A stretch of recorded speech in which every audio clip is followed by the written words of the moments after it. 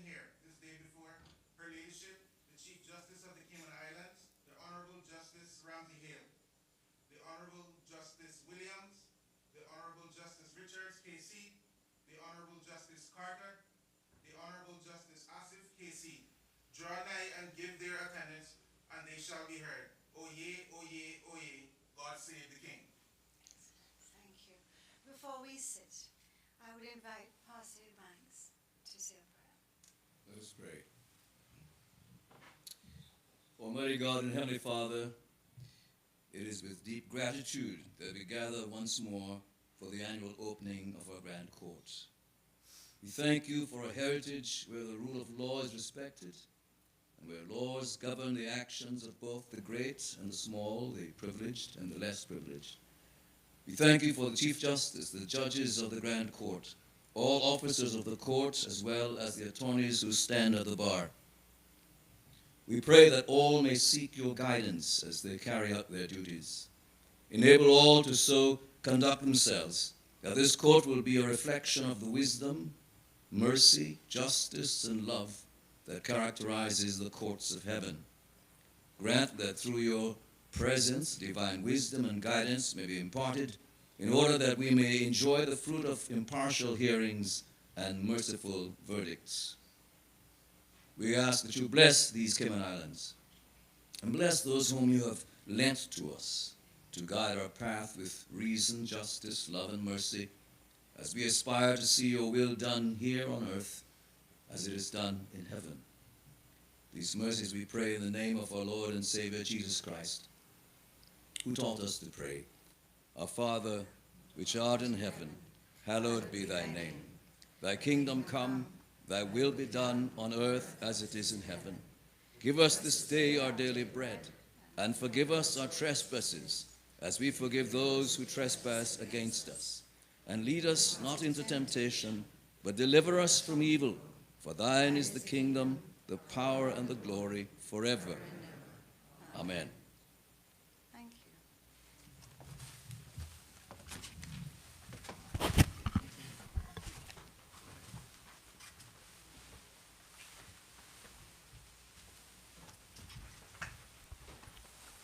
Please be seated. Wisdom, mercy, and love.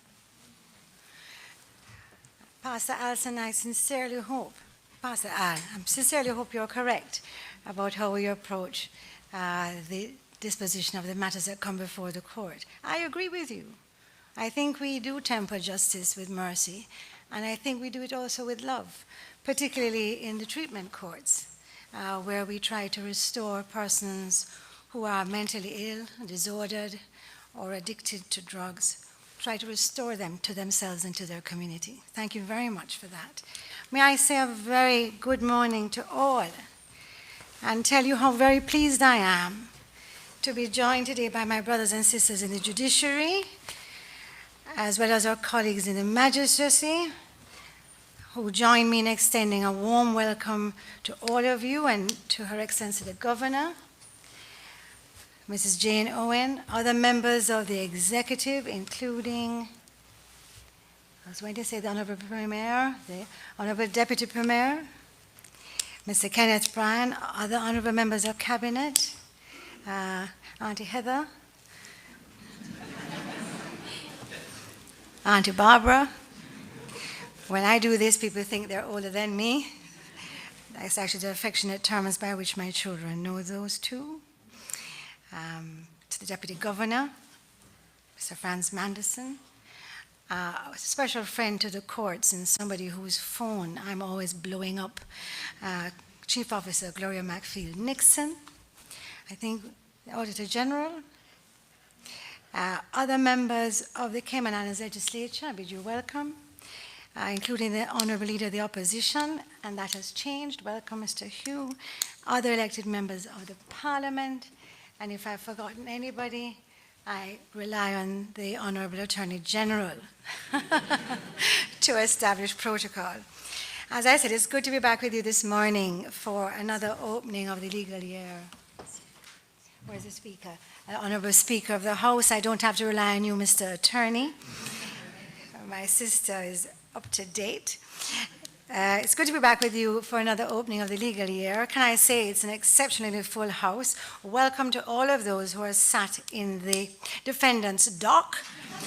I hope this will be the first and last time you find yourselves there, particularly the very senior partner at Bethel Christian.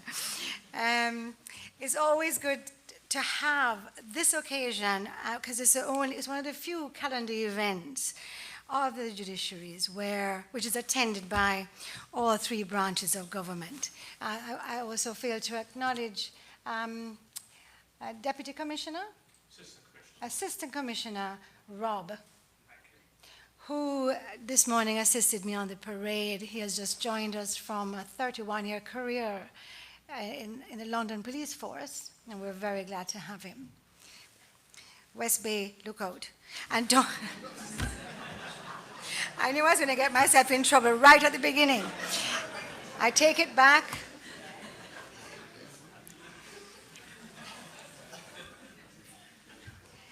I extend a very special welcome to Mr. Justice Dale Palmer. It was an oversight that he's not sat with us this morning. Justice Palmer is well known to many people here. He's been sitting as an acting judge of the Grand Court for at least 7 years, perhaps more or less, yes. And he's back to do another stint in the criminal division. Last by no means least, I welcome the members of the profession, other officers of the court, representatives of the media, don't report everything you hear, and everyone who has joined the proceedings by live stream. Before the proceedings get formally underway, and I invite Mr. Attorney to move the motion to open the court, I would just share with you the news I received this morning of the passing of our friend and colleague, Mr. Justice Angus Foster. Yes, we were advised this morning that Justice Foster passed away in Scotland last week, Friday. Some of you will know that he was one of the founding judges of the Financial Services Division. And in honor of our friend and colleague, we have ordered that the flag be flown at half-mast to honor him. And on behalf of the judiciary, I extend sincere condolences to his wife and other members of his family. I now invite the Attorney General to move the motion for the opening of the legal year. Mr. Attorney?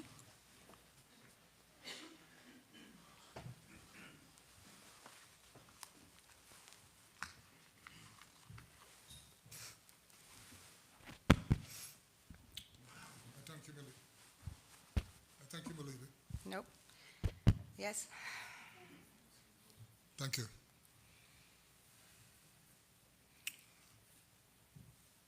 Malady Chief Justice, Honorable President of the Court of Appeal, I'm assuming that he following online, other Justices of Appeal, other Honorable Judges of the Grand Court, Honorable Chief Magistrate, as well as other Honorable Magistrates, Madam Solicitor General, Acting Director of Public Prosecutions, President of the Cayman Islands Legal Practitioners Association, Commissioner of Police, President of the Justices of the Peace Association, Chairman of the Judicial and Legal Services Commission, special guest, distinguished colleagues at the public and private bars, ladies and gentlemen, both present and those following these proceedings online. Pleasant day to you all and greetings for the new year. At your invitation, my lady, Chief Justice, I rise to move the motion for the opening of the Grand Court for the year 2025. And in doing so, I will seek your indulgence to make some observations and the upcoming year, and also a remarkable 2024. Before doing so, my lady, permit me to extend, as you have done, heartfelt gratitude, and appreciation to the various members of the government administration here today. First special thank you to Her Excellency the Governor at this, her second opening of the Grand Court. She has remained diligent in her advocacy for the rule of law and all matters relating to law and orders. Permit me to also recognize the Honorable Deputy Premier, Honorable Speaker, Honorable Deputy Governor, other honorable members of Cabinet, the Honorable Leader of the Opposition, and all other honorable members of Parliament, whose strong presence here always, my lady, emphasizes, among other things, their continuing commitment to the administration of justice. Allow me to also welcome the incoming new commissioner or commissioners to the Judicial and Legal Services Commission, Mr. Sean Parchment, as well as Ms. Colette Wilkins, KC, who are most worthy of their recent appointments. My lady, it is also customary for us to pay tribute to members of the legal profession who sadly departed this life in the preceding year. And in this regard, we remember Mr. Roman Alberga, OBE, KC, as well as late Justices of Appeal Dennis Morrison, OJ, and Abdullah Conte. And my lady, and now add Justice Foster on that list. Also included is the late Attorney at Law, Mr. Darrell Myers. We remember their respective contributions to the judiciary and the bar, and offer our condolences to their families and loved ones. My lady, the new year, or the year 2024, I should say, saw some of the usual activities that we have become accustomed to during each calendar year, not to mention the number of tropical storms and hurricane threats.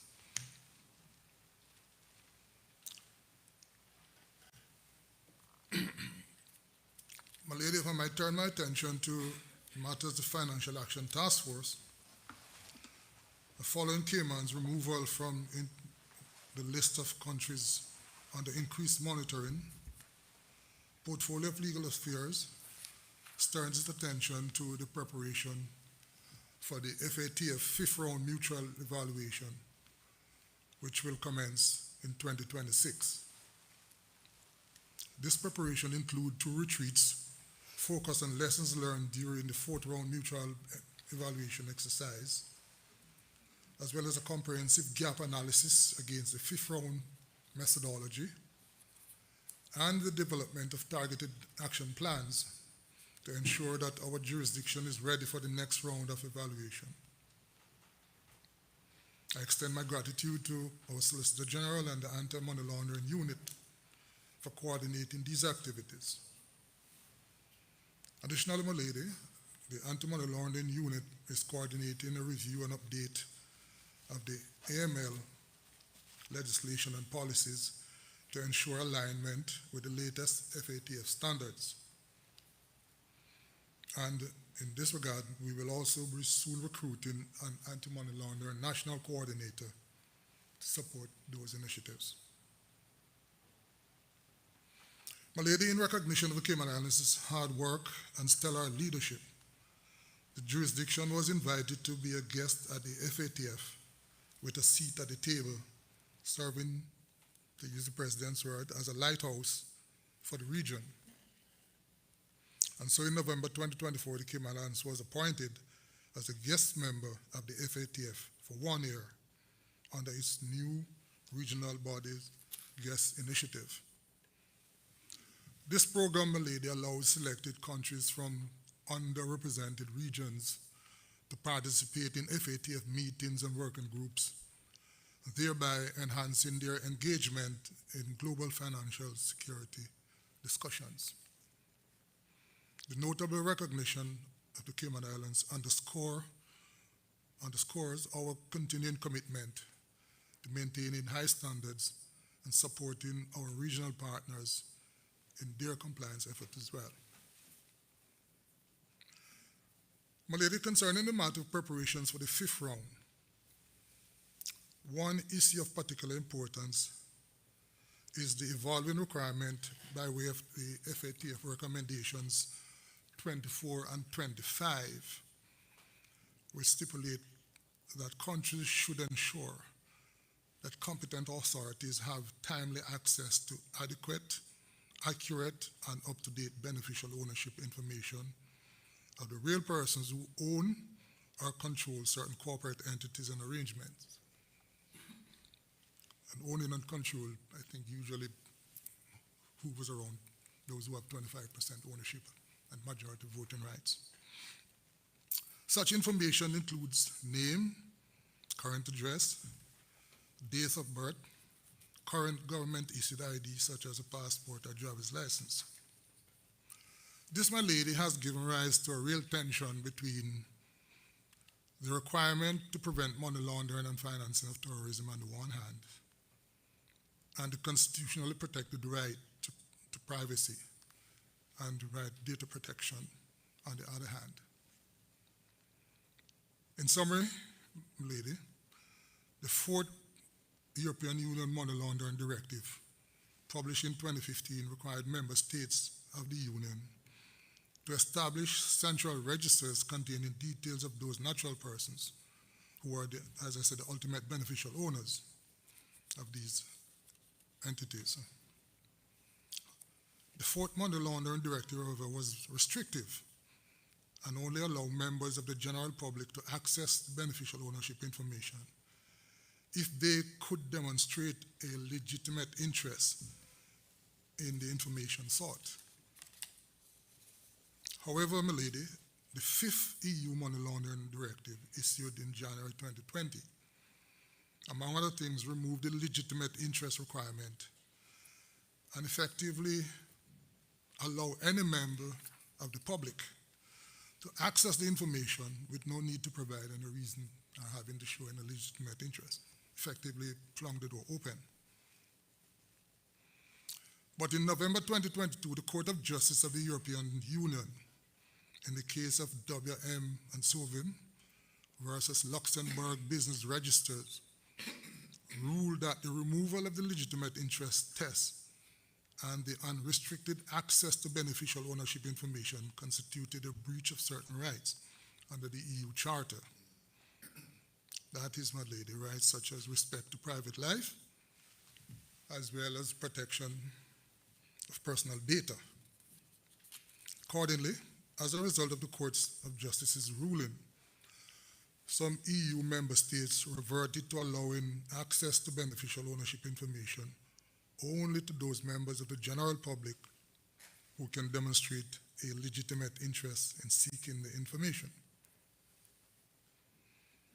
In light of these developments, in 2024, the EU reintroduced the legitimate interest requirement by way of its sixth Money Laundering Directive.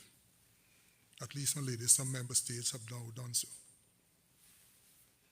And so, my lady, the Cayman Islands, as well as some of our OTs, overseas territories and crown dependencies, took the legal and constitutional position that the grant of unfettered access to beneficial ownership information would not comport with privacy right under the Constitution and data protection obligations. Such access, if allowed, would also possibly be in breach of the right to privacy under the European Convention on Human Rights, and therefore put the Cayman Islands government, or a Cayman Islands government, at significant risk of legal exposure. Of course, my lady, the UK has taken a more nuanced position on the matter. However, Cayman is also under an international obligation as a responsible jurisdiction which adheres to the rule of law, to put in place measures to facilitate corporate transparency for the prevention of money laundering and the financing of terrorism. Hence, the framework which, in keeping with the ruling of the EU Court of Justice, guarantees access to beneficial ownership information where a legitimate interest in doing so, example, exposing money laundering, can be shown. Thus, in keeping with the jurisdiction's ongoing international obligations, Parliament recently approved the Beneficial Ownership, Transparency, Legitimate Interest Access Regulations 2024. My lady, it is worth noting in passing that the U.S. Congress has also introduced their beneficial ownership regime by way of the U.S. Corporate Transparency Act. That, however, is the subject of an ongoing roller coaster court battle in the United States, especially in Texas, my lady. But as the EU Court of Justice ruling and the ongoing legal battles in the US remind us, access to beneficial ownership information is a very significant constitutional issue that requires us to strive to find the right balance between combating money laundering and other nefarious acts on the one hand, and protecting legitimate privacy rights and personal data on the other, which is what our government, our jurisdiction is striving to do. And it is, I note the commentaries on this ongoing issue, my lady, and rightly so. We encourage this kind of debate. But I need to remind colleagues and members of the public that given the Cayman Islands' international obligations to prevent money laundering, and also given our constitutional position as an overseas territory, the option of doing nothing is not available to us.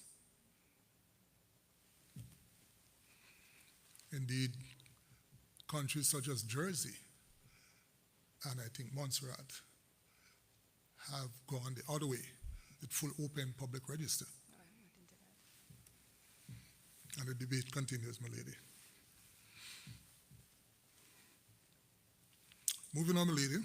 While a considerable part of the resources of the portfolio of legal affairs had been devoted to the ongoing legislative and other initiatives in relation to this matter, it is more of a classic collaborative effort with the support of various other government entities, as well as input from our private sector. My lady, the Financial Reporting Authority had another very busy year, both in terms of processing suspicious activity reports and compliance reporting forms, as well as dealing with matters of international sanctions. Of these, the Russian sanctions, perhaps unsurprisingly, continued to be the main focus, with the processing of license applications, along with the ongoing work of Operation Hector, the multi-agency task force chaired by the director of the FRA.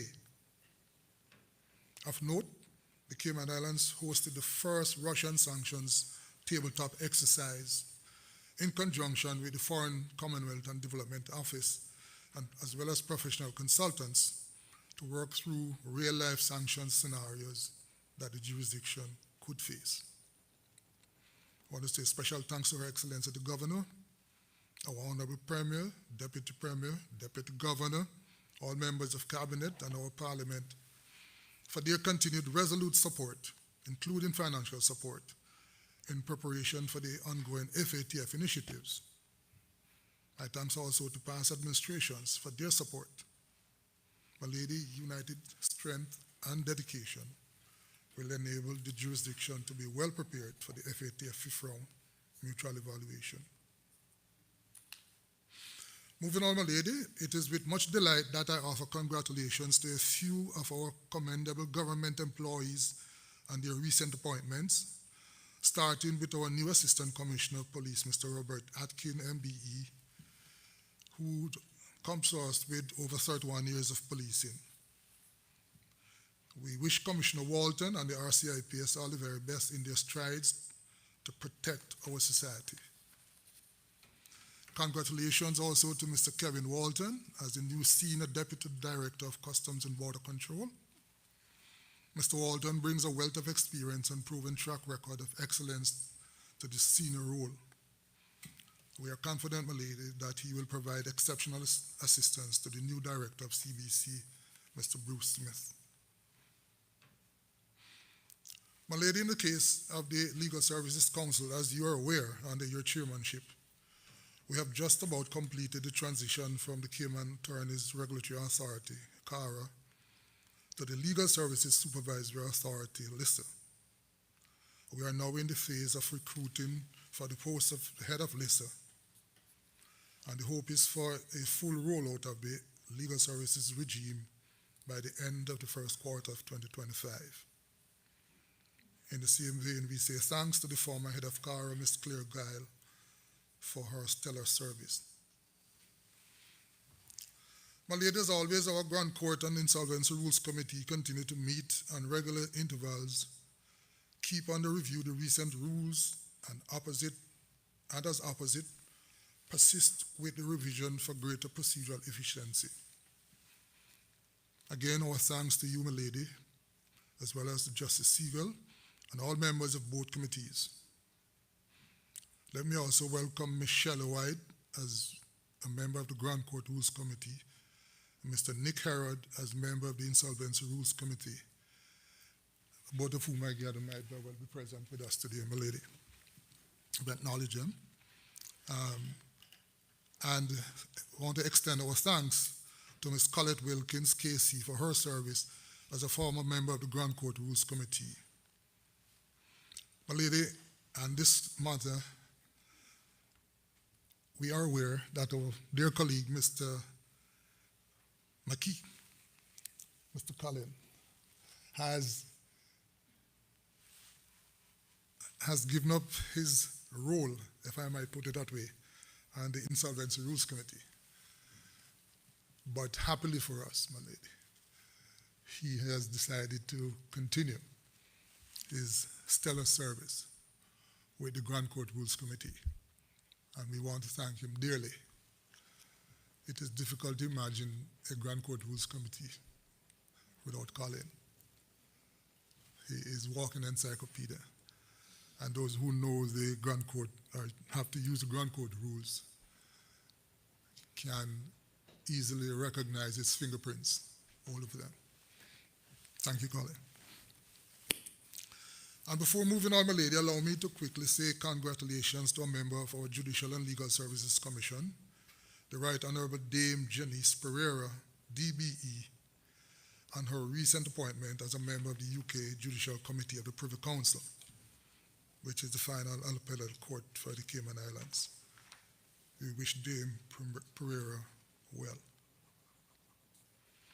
My lady, as it relates to the number of judgments dealt with by the courts in 2024, again, it was a very active year, with judgments, as usual, delivered in a timely manner. Our sincere thanks to you, my lady, and to all our other hard-working members of the judiciary for the continuing dedication, their commitment, their passion, and professionalism. As usual, the Grand Court judgments delivered in 2024 covered diverse legal issues, as we will hear from Colin later on.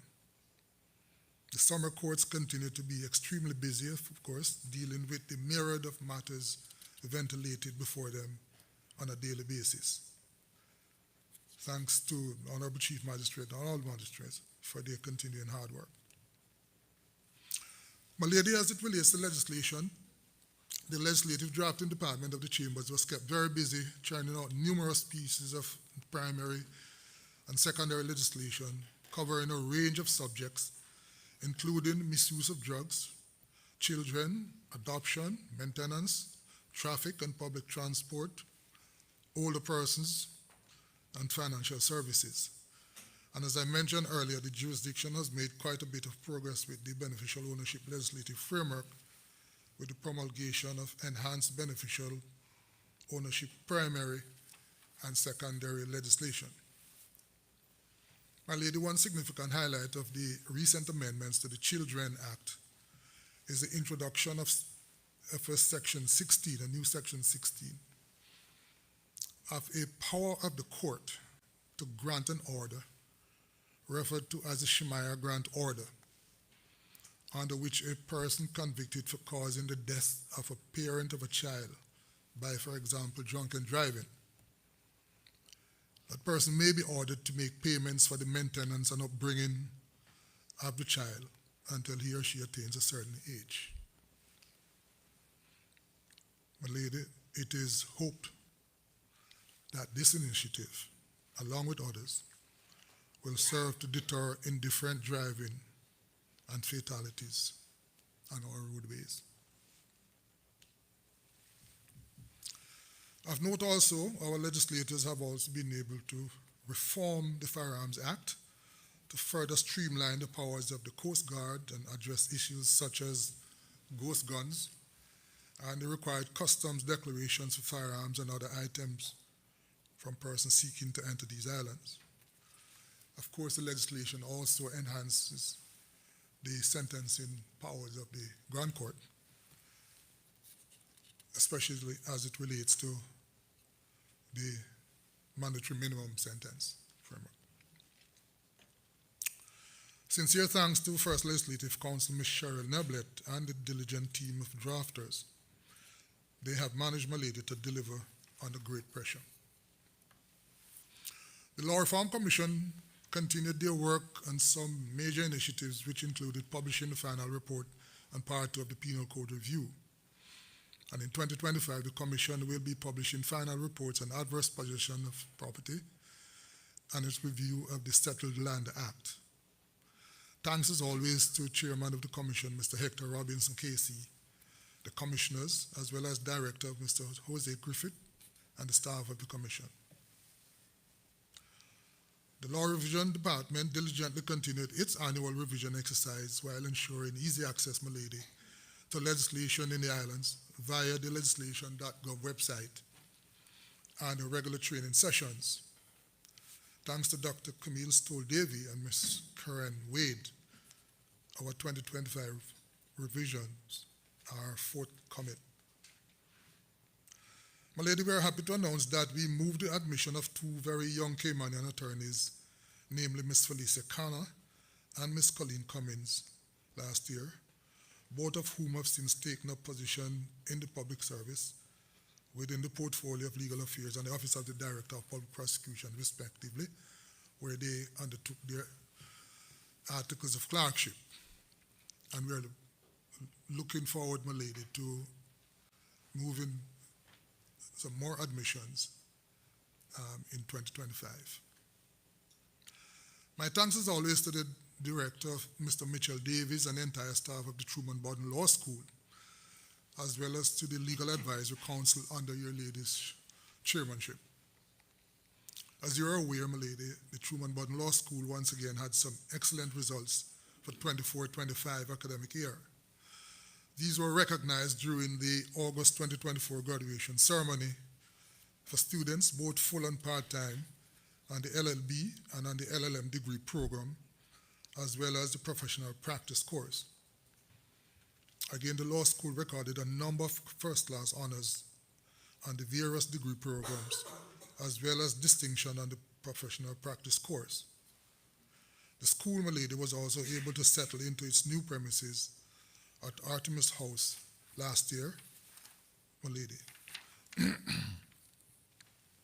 Permit me, my lady, to express my appreciation to all the staff of the Portfolio of Legal Affairs, ably supervised by our Solicitor General and Chief Officer, Ms. Reshma Sharma KC, as well as our three Deputy Solicitor General, Ms. Claire Allen, who is temporarily working remotely, Dr. Jevan Alcock, and Mrs. Marlene Brand, for their continued perseverance, professionalism, unwavering support and advice to me and on my behalf. The outputs by way of legal advice and representation to the entire government by the chambers has been stellar, if I might say so myself. Special thanks also to DPP Mr. Simon Davis, Deputy DPP Ms. Candia James Malcolm, and their dedicated team for their continuing hard work, dedication, and professionalism.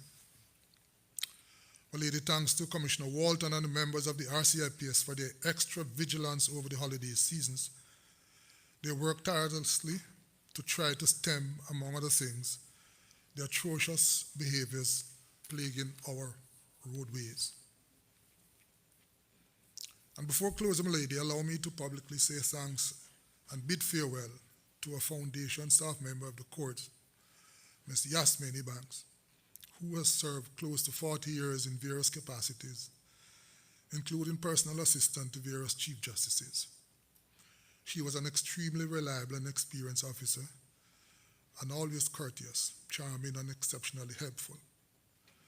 She was a quintessential listing officer who would always find a way to accommodate a listing request, at times much to the chagrin of some of the judges.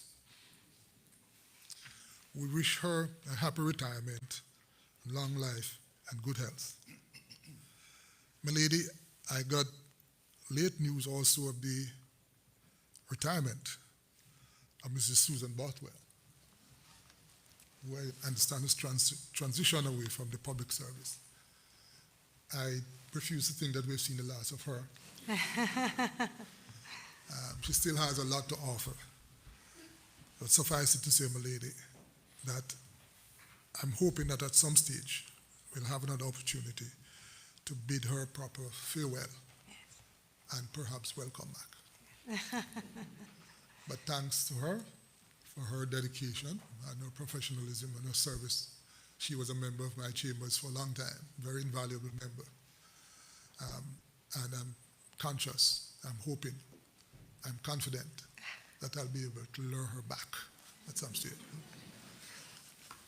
My lady, in closing, I wished for you, all the judges, magistrates, court staff, fellow members of the legal profession, members of the RCIPS, and all others in attendance here and online this morning, a blessed, productive, and prosperous new year.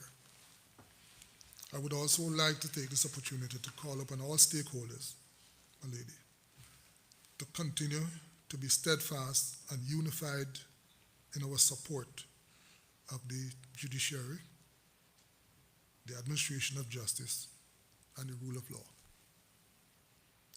As Machiavelli said, my lady,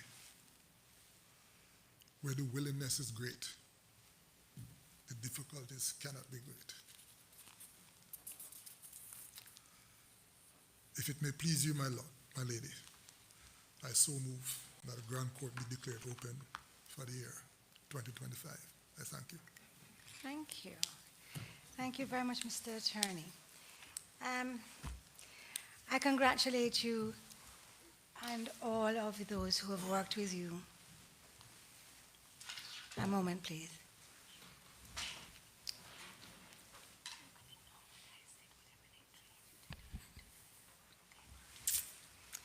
Sorry about that. I congratulate you and all of those who worked with you to not only get Cayman off the grey list, but also onto a seat at the table of FATF under its new regional body's guest initiative. And I congratulate you too for steering the passage of legislation that has indeed achieved the balance between the need to prevent money laundering and terrorist financing while yet maintaining the individual's right to privacy. I think both accomplishments augur well for Cayman's continued prominence as a financial services center, as they ensure that criminals and terrorists do not abuse our financial system and bring our financial services sector into disrepute. It ensures that Cayman, as you said, remains a lighthouse for the region. On the Shamaya grant order, I would just like to note the advocacy that led to the order being passed into law.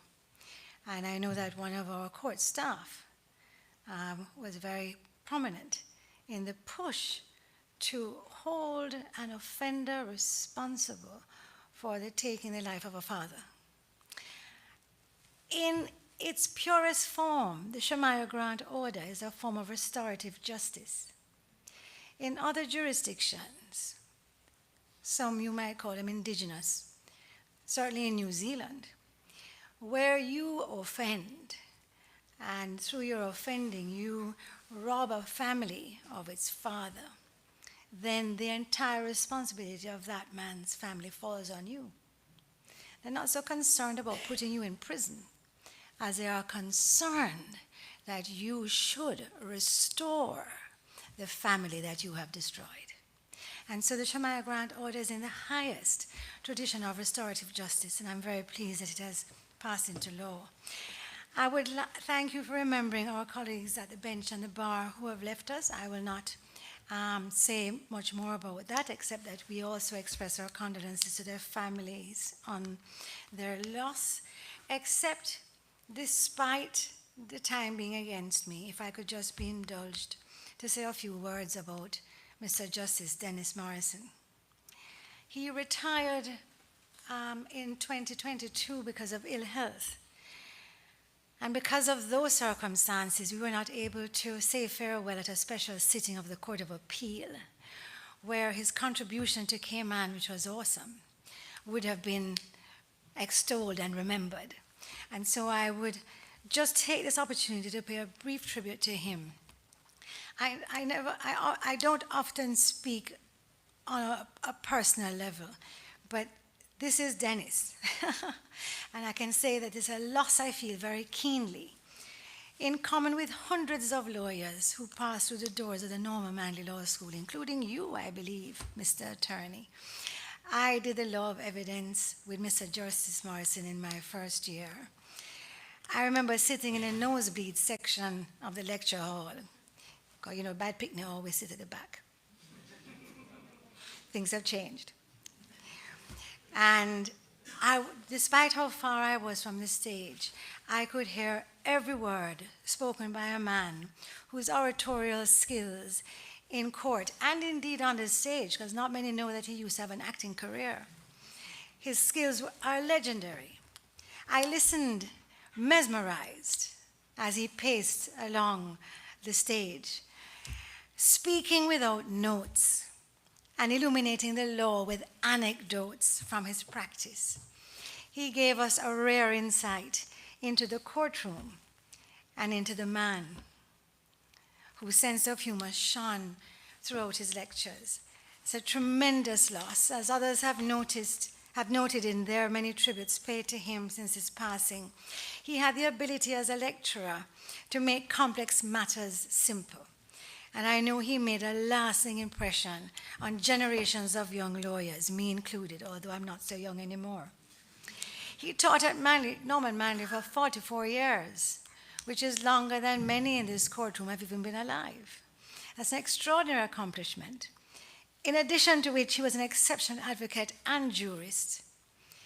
And I can say that he was held in affectionate regard by every member of Cayman's judiciary who had the privilege of serving with him, and every member of the Cayman bar who appeared in front of him. So to his wife, Janet, who accepted our invitation to join us this morning by live stream, I take the opportunity to express the judiciary's deepest condolences on the profound loss of her husband, Dennis. She calls him her soulmate. The loss to their children and the rest of the family. And if I may, I offer those condolences on behalf of the bar as well. And finally, I'm pleased you mentioned Dame Janice. I'm happy to announce that she has agreed to deliver this year's distinguished lecture. So watch this space. The last Privy Councillor from the region to be invited to sit with our final Court of Appeal was Sir Edward Zaka. Sorry, I had a senior moment, proving I'm not so young anymore. Sir Edward Zaka was our last Privy Councillor, and so Dame Janice will be serving. I think she has served. I think she sat for the first time last year.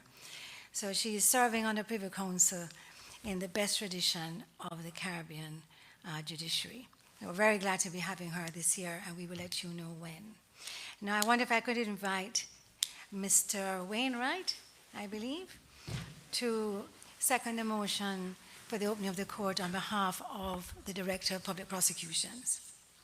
My Lady Chief Justice, Honourable Judges of the Grand Court, Honourable President of the Court of Appeal and other Justices of Appeal, Honourable Chief Magistrate and other Honourable Magistrates, Honourable Attorney General and Madam Solicitor General, President of the Justices of the Peace Association, President of the Cayman Islands Legal Practitioners Association, President of the Association of Legal Professionals and Advocates, Chairman of the Judicial and Legal Services Commission, special guests, distinguished colleagues at the public and private bar, ladies and gentlemen.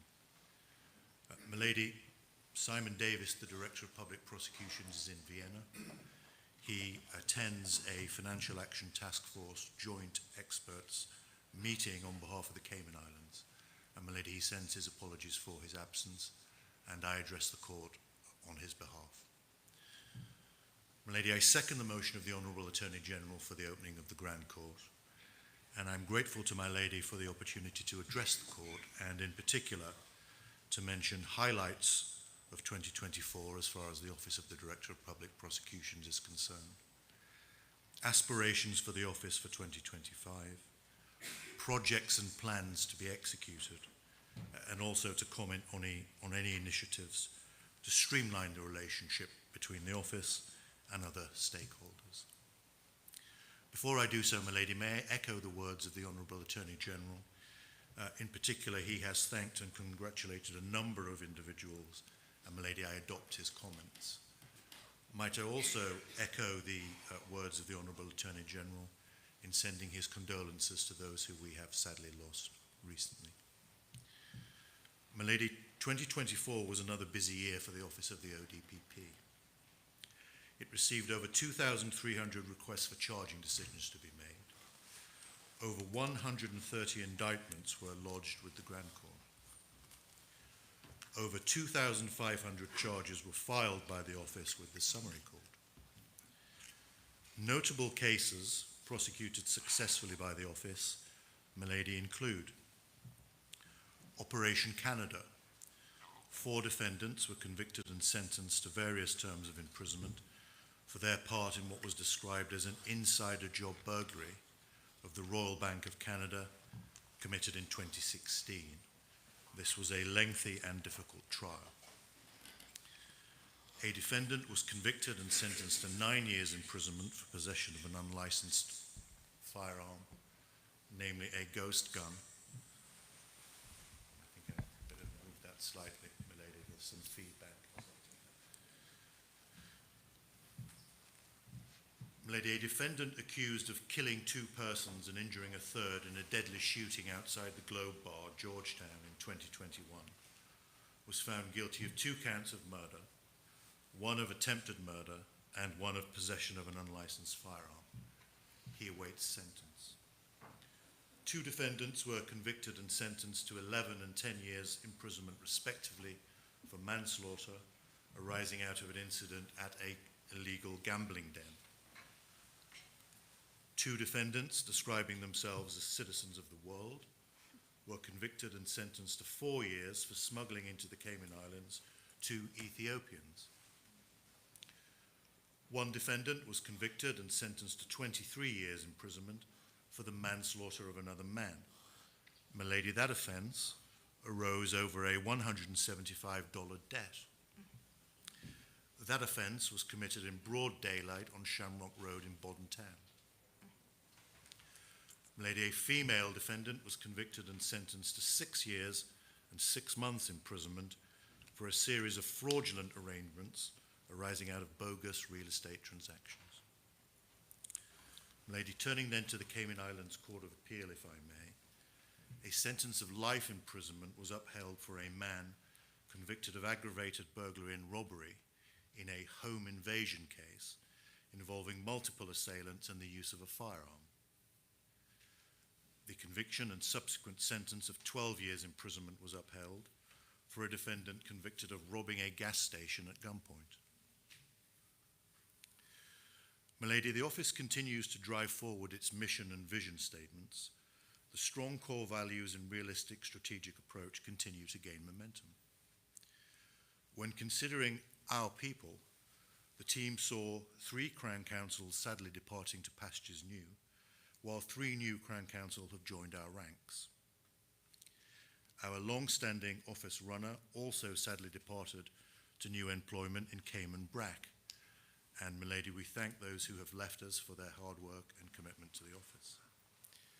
Milady, in terms of recruitment, there has been ongoing recruitment for Crown Council Financial, and Senior Crown Council Financial. And we hope to complete those recruitment exercises in the coming weeks. We look to expand our Crown Council capacity as we engage with the Financial Action Task Force 5th round of evaluation, as has already been mentioned by the Honourable Attorney General. In addition, Milady, we have advertised and successfully recruited 2 Caymanians to our reception and legal executive posts. In the last 12 months, the support staff has received team building training, and there will be more training to come. Furthermore, as part of our teamwork philosophy, we ensure monthly meetings for support staff and Crown Council take place. These meetings are fundamental to ensuring that we have a consistent opportunity to discuss trends and ongoing issues. Milady, some sign of the way in which the team functions on a day-to-day basis can be gleaned from the results of the annual engagement survey conducted by the Cayman Islands government. And Milady, although the Director of Public Prosecutions is of course independent, employees are still subject to the Cayman Islands government values and responsibilities. Those values and responsibilities are to some extent reflected by the way in which employees responded to that survey. And the engagement survey index rose by 8 percentage points in relation to drivers of engagement around employees having confidence in decisions made by senior management and the organisation being committed to creating a diverse and inclusive workplace and employees being treated with respect. Milady, in addition, the Legal Family Project, which the Director undertook to drive forward, finally appears to be viable both practically and financially. It involves root and branch reform, growing the office from the bottom up, nurturing homegrown Caymanian talent, and retaining it rather than just recruiting as and when required. Putting in place a formal training and supervision process for that homegrown talent to start and to continue throughout their career within the office. And Milady, we aim to launch this program in the coming months. Hand in hand with that project, we are pleased to report on a significant milestone in our team's professional development initiatives. We have launched a work-based learning scheme which is specifically designed to nurture, develop and retain quality Caymanian lawyers who have a keen interest in criminal law. Crown Counsel Colleen Cummings, who the Honourable Attorney General has already referred to, is the inaugural participant in that scheme. And Milady, Miss Cummings, this of course is the first of its type in the Cayman Islands, and Miss Cummings is under the mentorship of Senior Crown Counsel, and Miss Cummings has exemplified the scheme's potential. Her success sets a prominent precedent for this new project, which we anticipate will strengthen the capacity of our team to attract, nurture and develop legal talent within the Cayman Islands. The work-based learning scheme is now capable of being rolled out to assist any aspiring Caymanian criminal advocate. Milady, the Director of Public Prosecutions again pays tribute to his dedicated team, which presently comprises as follows: 4 legal executive officers, a personal assistant, an office assistant, a serious crime case manager, a paralegal officer, 2 witness care officers, a case progression officer, and then turning to lawyers, 11 Crown Counsel, 3 senior Crown Counsel, 2 assistant directors, and a deputy director, all of whom play a crucial role in getting cases into court. Milady, the director continues to be immensely proud of those Crown Counsel and other members of his staff, many of whom are closely involved with any given case, who often have to work way beyond their contractual hours in order to ensure that the prosecution of any case goes smoothly in court, especially so where cases continue to increase in complexity. Lady, I turn then, if I may, to the digital capacity of the office, and we continue to drive forward the Going Digital project. And since the upgrade to the case management system, training has been provided to the staff of the Royal Cayman Islands Police Service, other law enforcement agencies, and government departments, so that they may interact with the office without the need for submitting paper files. It can be done digitally. Lady, this is a substantial project which is ongoing. To coincide with this digital expansion, and while considering our Financial Action Task Force obligations, a standalone financial crime database is also a work in progress. We thank the Computer Services Department for their assistance with this ongoing project. Further, the office is actively engaged with the delivery of a digital archiving system. This project has been ongoing for some time. It is hoped that the authorization of our retention schedule for archiving purposes will provide real-time capability to research and to access all cases, past and present, within a central database. Lady, whilst we continue to use the share file capabilities for the disclosure of substantial case files, we hope that this will be a temporary measure, as other measures are being considered for data sharing. In particular, the new website. And, Milady, it is hoped that the new website will include the provision of secure areas for law enforcement, relevant government departments, the defence, witnesses and victims, as well as our international partners, so that they can access the website for information and to download relevant digital data. And, Milady, this is a substantial project which will require completion, we hope, before the end of 2025.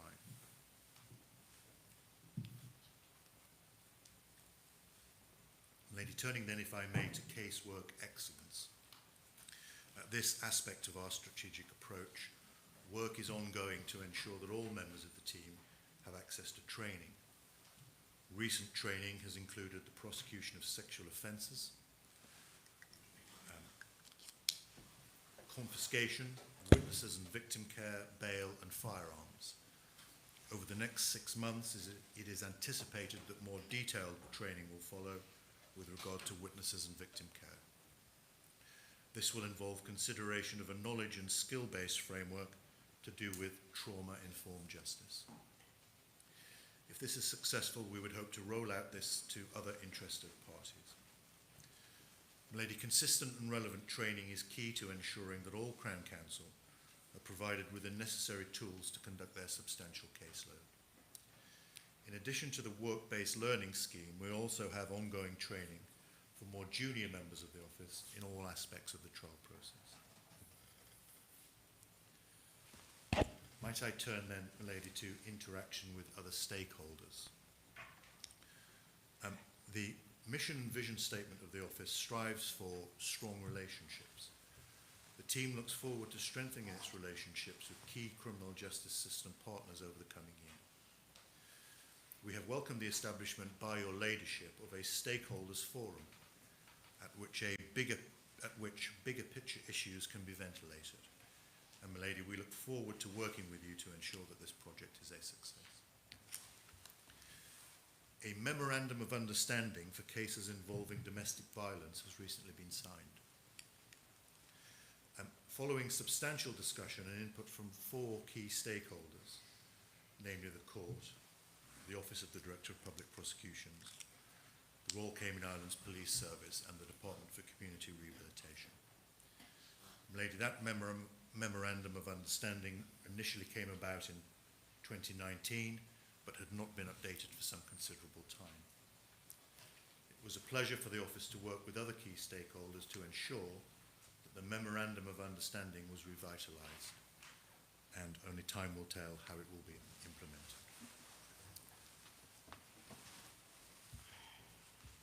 Lady, over the last 12 months, the DPP has had face-to-face meetings with most stakeholders.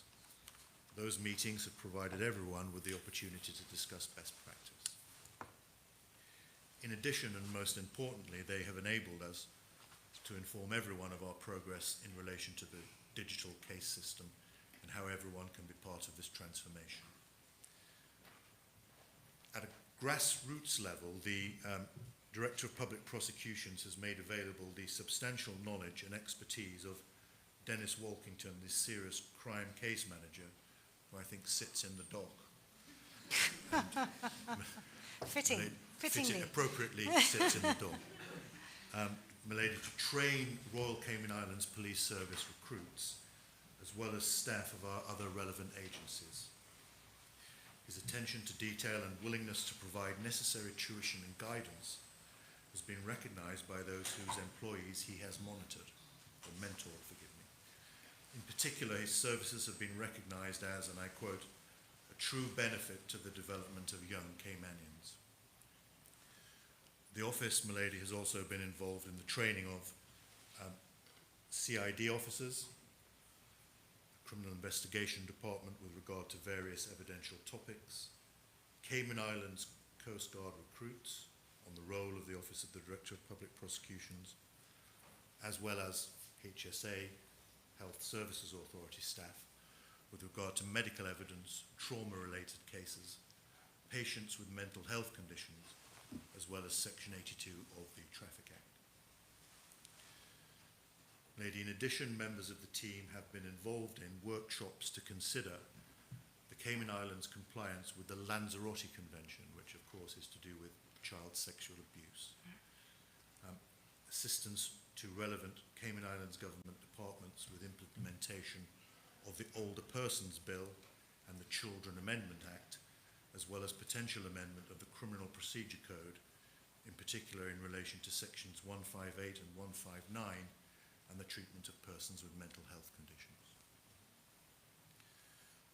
Lady, turning then to our international commitments, members of the team are also involved on a day-to-day basis with fielding a substantial volume of mutual legal assistance requests. As part of the responsibilities of the DPP being the central authority for the Cayman Islands, and while ongoing litigation with one particular entity will define the volume of those overseas requests, it also provides substantial opportunities for the team to engage in particularly rewarding work. Milady, in September 2023, the Office became a signatory to the International Association of Prosecutors, IAP. The Office continues to forge strong links with the IAP and benefits from regular online training sessions.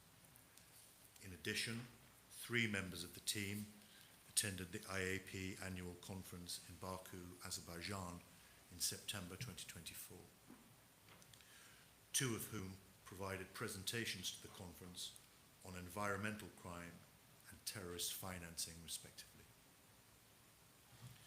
Milady, it is hoped that the Office will be able to host an International Association of Prosecutors regional conference later this year for North America and the Caribbean region. Milady, throughout 2024, members of the Office have continued to assist the Honourable Attorney General and the Government with preparations for the Financial Action Task Force 5th round of mutual evaluation, as has already been mentioned by the Honourable Attorney General. The Office is inextricably linked to the FATF framework. That support and assistance will continue into 2025. Members of the team have travelled to Busan, South Korea, for FATF competency training and Jamaica for assessor training.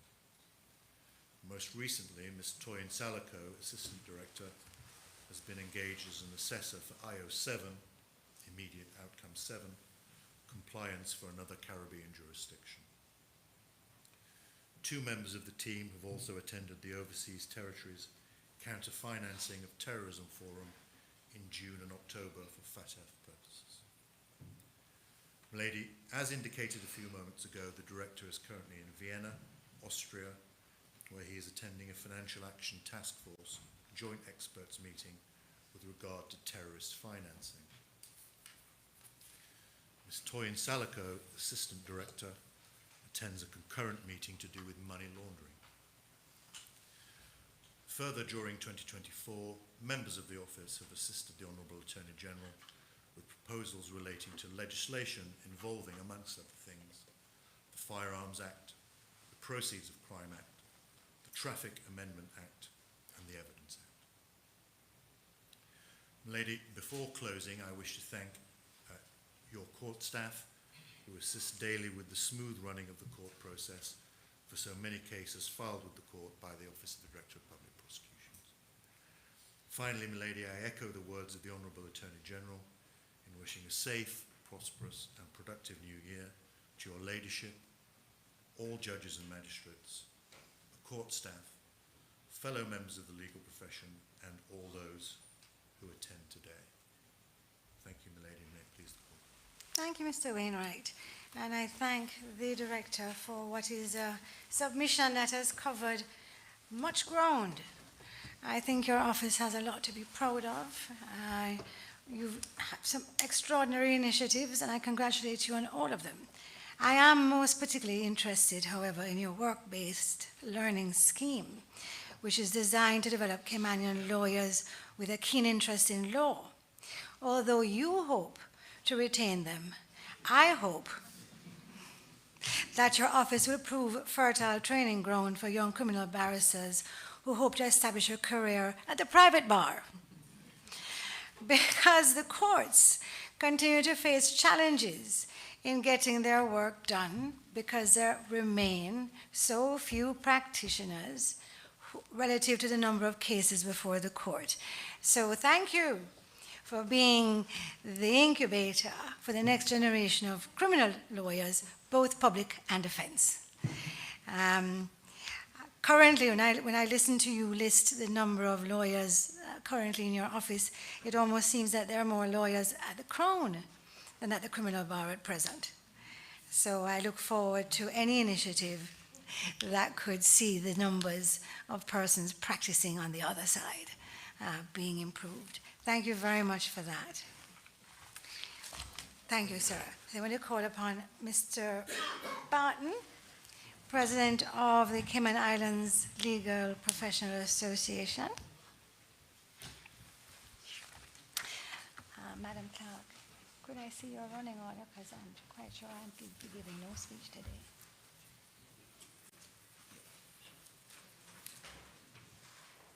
What's the order of things with the timing of things? Where's your order? It's right up. Just take it a step. And I have stopped that foolishness.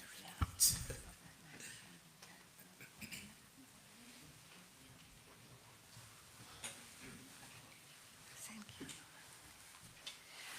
Mr. Barton. My lady, you will be relieved to know that the phrase protocol having been established is first and foremost in my speech this morning. And my lady, on the subject of brevity, it has been said that a successful speech is not made of what's in it, but rather what's left out. So I hope my brief appearance this morning meets your approval. My lady, I am once again honored to offer my support for the motion to open the Grand Court in 2025.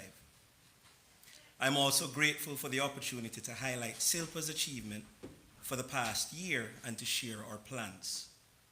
SILPA marks its 7th year with the successful transition of Cayman Attorneys Regulatory Authority to the Legal Services Supervisory Authority. And to you, my lady, we owe a great debt of gratitude to the Honorable Attorney General and members of LISA. Other significant milestone achievements include a successful collaboration with LexisNexis to provide free access to legal research material for members that are sole practitioners and to firms with 5 or less attorneys. We continue to lend our full support to various initiatives, such as the implementation of a formal code of conduct and an appropriate disciplinary regime for attorneys. Our relationship with the Truman Bodden Law School continues to grow from strength to strength, and last year I had the distinct pleasure to speak with students that recently enrolled on the LLB and PPC programs. The law school, ably led by Mr. Mitchell Davies, continues to receive SILPA's very full support. In similar vein, SILPA's participation in the guest lecture series, led once again by your ladyship, helped to produce a very well-received lecture by the Right Honorable Sir Geoffrey Voss, Master of the Rolls, appropriately titled, How Artificial Intelligence is Transforming the Work of Judges and Lawyers. And my lady, having sat in that lecture, I think transformation may be a synonym for taking the role of lawyers and judges. And I know that the lecture will be circulated in due course. Another noteworthy highlight is our participation in the mock trials arranged by the Honorable Chief Magistrate to assist with providing suitable training for the justices of the peace in preparation for their function in the traffic division of the summary court. SILPA continues to work with other stakeholders, which saw initiatives such as a memorandum of understanding with Cayman Finance in our mutual desire to promote and advance the Cayman Islands financial services industry. Milady, at this juncture, please permit me to publicly acknowledge Mr. Colin McKee, KC, for his invaluable contribution to the Insolvency Rules Committee, where he faithfully served from 2009 until stepping down from that role in 2024. We also extend our sincere thanks to Ms. Colette Wilkins, KC, for her contribution to the Grand Court Rules Committee and the Insolvency Rules Committee for her service from 2020 to 2024. SILPA is no doubt pleased, my lady, to have assisted with the appointment of other very able and outstanding attorneys from our membership to continue the hard work and dedication already invested by Mr. McKee, KC, and Ms. Wilkins, KC, in this regard. I now turn to the part of my address, my lady, that gives me absolutely no joy, and that is to pay respects to our fellow colleagues that we lost in 2024. We acknowledge with deep regret, first and foremost, the passing of Mr. Ramon Alberga, KC, known to us affectionately as the father of the bar. We also mourn the loss of Mr. Darrell Myers, one of the founders of the original firm, Travers Thorpe Alberga, Justice Morrison, Dr. Conte, and as noted earlier by you, Justice Foster. My lady, we keep their families in our prayers and may they rest in peace. It only remains for me to formally second the Honorable Attorney General's motion to open the Grand Court for the year 2025 and to take this opportunity to wish your ladyship, judges, court staff, and fellow members of the legal profession a very happy and prosperous new year. My lady, I would also like to publicly acknowledge Mr. Wainwright, who gave me his word that he would step on my toe should I be tempted to see prematurely. So, thank you. My lady. Thank you, Mr. Barton, as ever. I'm glad you mentioned the annual Distinguished Lecture. It is one of the other main events in the court's calendar, and one of those events that the executive and the legislature often join us for, because many members are lawyers who have an interest, and the legislature and the cabinet are interested in upholding the rule of law generally, so there's usually uptake from them as well. So very pleased about that series. Of course, this year, because of the various hurricanes that threatened, the lecture was cancelled. Of course, nothing happened. But the lecture was cancelled anyway. We had a young lady working with us, Miss Elizabeth Charles, a communications dynamo, and she had the foresight of getting a professional, what do you call these people these days, videographer? Yes, to video the speech. Incredible foresight. What Voss had proposed was that he was going to record himself on a phone, because he said he wanted to give the lecture now because his opinion about AI might change. So she decided that it would be better if we filmed it professionally. You see, I showed my age again. Filmed it professionally, and that, of course, led to the decision to have the event at the cinema. And then to invite the bar to participate. So it's the first time the bar has actually participated or taken some role in the distinguished lecture. Now, I am told that the panel discussion, which took place after the main event, became the main event. So congratulations to my colleague, Justice Asif, who I'm told was brilliant, the president of the Court of Appeal, who was just as, a fellow called Rankin, I believe. Mr. Heyman Rankin, who is a genius when it comes to AI. So the panel session became the main event. And I understand that fellowship between the bench and bar was enjoyed over refreshments sponsored by Silpa. Just a modest contribution. Oh, I thank you for it. Our membership is present. I'm only sorry that I was unable to be here, because on the occasion when it was supposed to be shown in the cinema, a hurricane threatened. It had to be cancelled, and nothing happened. I think Gloria and I spoke about the days when we were growing up. She's much younger than me, but she remembers those days, where when it rained, you take off your shoes and you walk home. Nobody canceled school. You took the bus anyway, and it built resilience. I'm sure the Honorable Attorney would agree with me.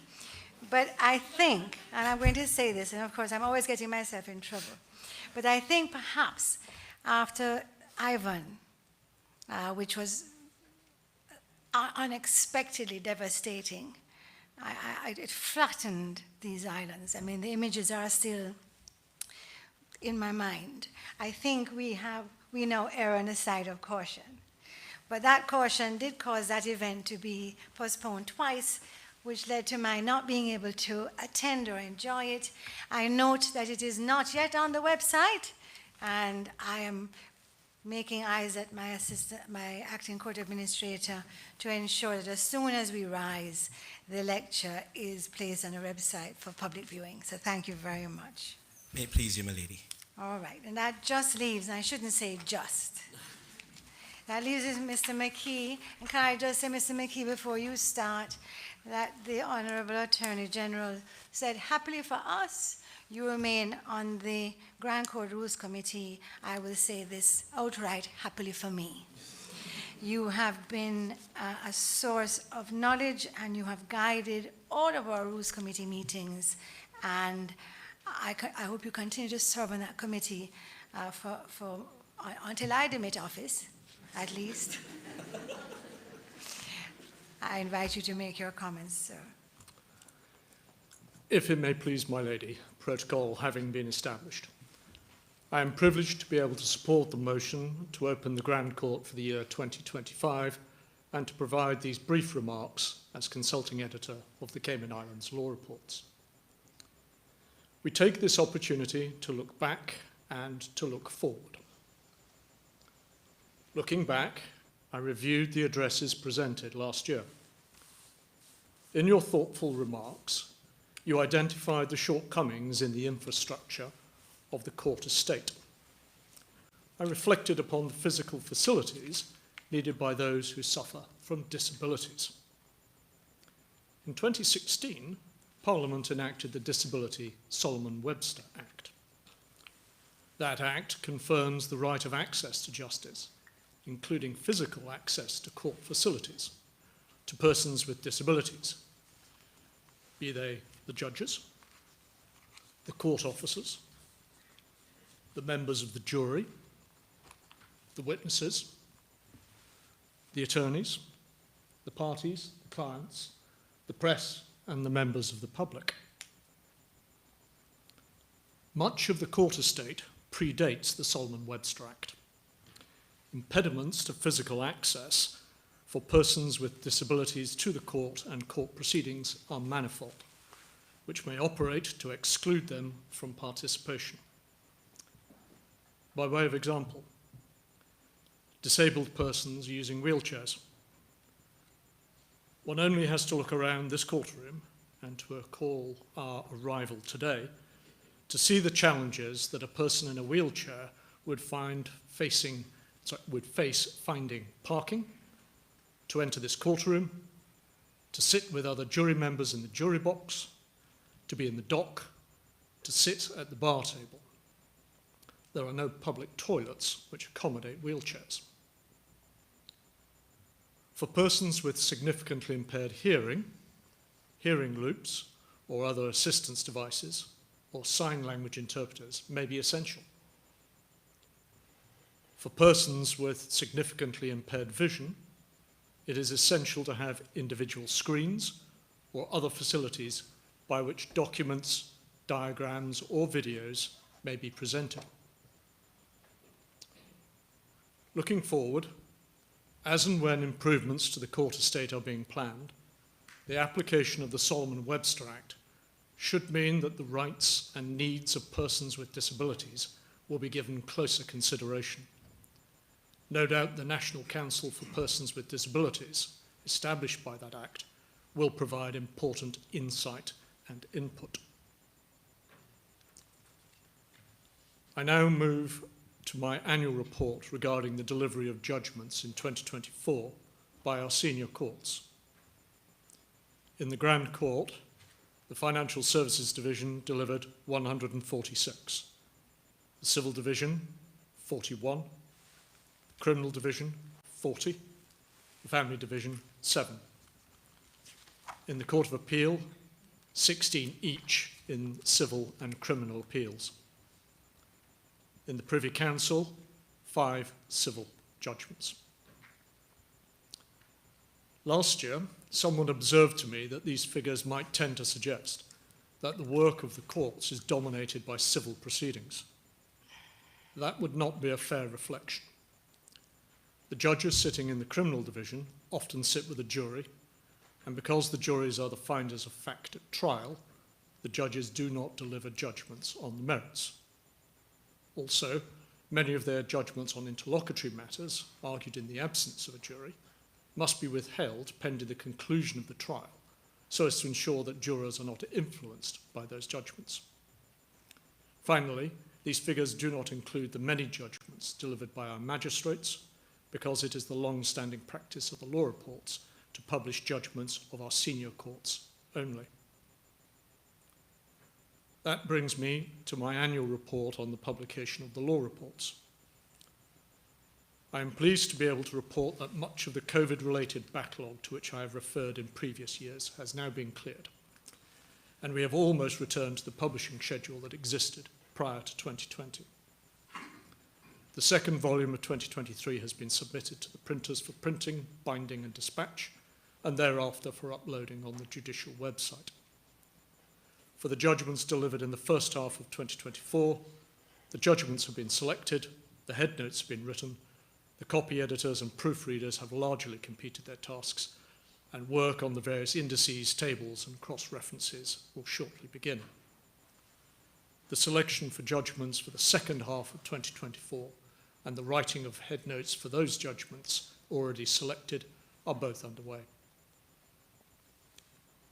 We thank you and the judges of the Grand Court, the President of the Court of Appeal and the Justices of Appeal, the Chief Magistrate and the magistrates, the taxing officers, for your unceasing dedication to administer justice in these islands independently, fairly, and efficiently. Much of that involves long hours outside of court, such as preparing for hearings, writing judgments, and ensuring the efficient administration of justice. I wish to express our thanks to those people based here and overseas who have willingly given up their valuable time in 2024 to sit as acting judges of the Grand Court and as acting magistrates. In the Grand Court, they comprised His Honour Roger Chappell, the Honourable Stanley John, the Honourable Roy Jones, the Honourable Cecil McCarthy, the Honourable Martha MacDonald Bishop, His Honour Philip St. John Stevens, Ben Tonner, King's Counsel, and Alistair Walters. In the summary court, they comprised Suzanne Bothwell and Adam Roberts. We also wish to express our gratitude to the Clerk of the Court and to her deputies, the acting court administrator, and all the administrative, technical, security and support staff at the court campus who, behind the scenes, work hard and diligently to assist and serve all court users. I wish specifically to take the opportunity to mark the recent retirement of Yasmin Ebanks, whom I note is present here today. In her 36 years of dedicated service in court administration, she has served as personal assistant to no less than 4 Chief Justices. In 2003, Miss Yasmin was appointed as listing officer, a role which requires extraordinary organisational skills that I can only compare to solving a Rubik's Cube every 30 minutes with the interpersonal skills of a UN diplomat. She achieved this on a daily basis with remarkable efficiency and unfailingly good humour. We wish Miss Yasmin a well-deserved, long and happy retirement. I join my learned friends' tributes to the late Dennis Morrison OJ and Dr. Abdoulaye Conte, both of whom served with distinction in our Court of Appeal, and also that of Angus Foster, KC, who served with distinction in the Grand Court. Their judgments greatly advanced Cayman Islands law. Finally, I note that this is the first opening of the Grand Court since the passing of my dear friend and colleague Raymond Albergo, OBE KC, who was not only the father of the bar, but also the father, midwife, and wise and generous guardian of the law reports. Yeah.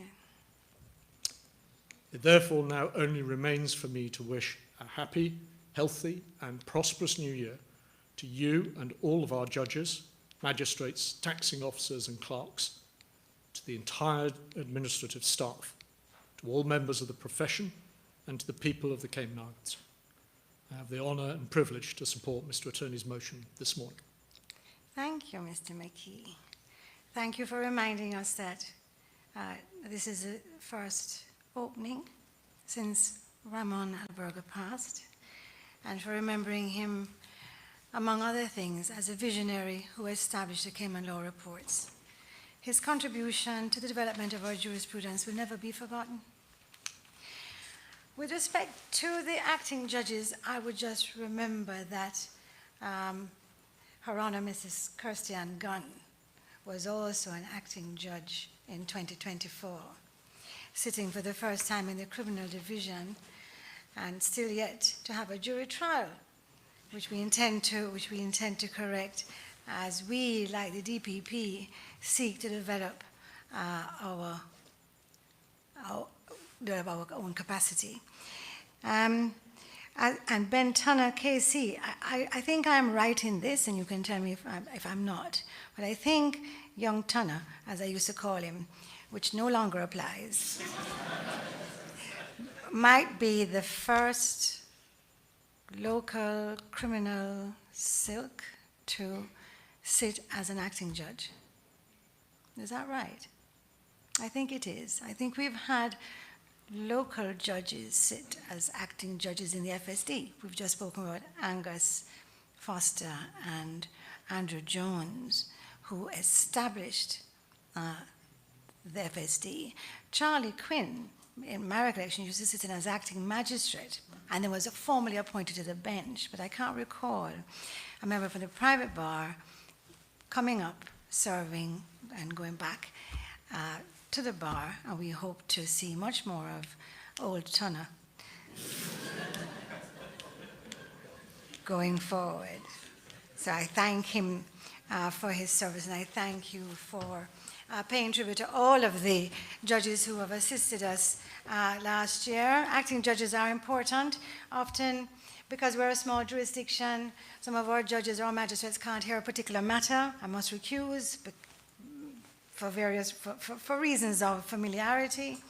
Or it may be that we don't have the capacity to do a matter which is before the court, and so we must call on actors to supplement the capacity on the bench. And we do owe all acting judges, and here I include Justice Palmer again, who has filled this role for us on many occasions. Thank you for your report, as ever, on the number of judgments handed down, and for acknowledging that the criminal division does, I think, sometimes almost more work than anybody else, but with very little recognition for it in terms of judgments handed down. They hand down judgments on all manner of things, including verdict judgments when they sit alone and sentence judgments in all cases. You touch on an important subject with all your observations on the lack of accommodation within this courthouse for persons with disabilities. We are aware of the issues. In fact, in my speech last year, I emphasized the need for a bespoke courthouse designed to ensure accessibility to people with disabilities. I would note, though, that although you are correct about this courthouse, known as the main courthouse, which cannot accommodate persons with significant physical disabilities, both courtrooms 8 and 9, which are in the court building on Cardinal Avenue. What is it called? The court building on Cardinal Avenue. Just a reminder. If I hear so that court building does in fact is built for wheelchair accessibility. There are ramps at the public entrance to facilitate wheelchair access. There is a lift. The courtrooms are designed for wheelchair access. I confirmed to the acting court administrator yesterday that there are more than one restroom facilities on that court building. For 3 that are suitable for persons with physical disabilities or who use wheelchairs. Courtroom 4 at Kirk House, which is also part of the court campus, is also wheelchair accessible. And the government several years ago redid our sidewalks so they were wheelchair accessible, and you can get straight into court 4 from the sidewalk. In fact, I have presided in that court with the plaintiff in a wheelchair in person and a respondent by Zoom from Nicaragua. So all things can be accomplished. I note your suggestions. I think they're excellent. We had, again, Ms. Charles was a disability advocate within the court during her year of employment. I believe she's a member of the Disability Council. It is on our list. I accept the premise that courts or proceedings which are inaccessible to persons with disabilities are a barrier to inclusive justice, and we will ensure that accessibility for such persons is included in the judiciary's 2025-2030 strategic plan. If I could just close with this, it goes without saying, or it should, and I'm looking at my colleagues, that where a person cannot come to court because the courtroom in which the court is sitting is inaccessible, the court will go to the litigant or defendant. This has always been our practice. And I think the clerk of court suggested to me yesterday, I don't have it in writing, that I did ask for a report, that we had somebody who was hearing impaired in one of our courts last year. We were given notice that the person had a disability. And in response, our IT department provided the litigant with a screen and aimed the camera at the speakers so that the person could lip read. So we are going to be taking that pointer from you. We have been investigating how to make the courts truly accessible. I thank you very much, Mr. McKee. And I accede to the Attorney General's motion to open the court for the legal year, which has been seconded, so to speak, by all the other speakers. I'm going to give a few remarks of my own. I hope, Mr. Barton, that I give a successful speech. As I propose, as I go along, to omit certain matters which are now contained within it. So if the media recalls last year, I peppered my entire speech with, it's on the website, it will be on the website, because I was only able to give a small snapshot of actually what we have done and what we propose to do. And given the time, it will be an even smaller snapshot this year.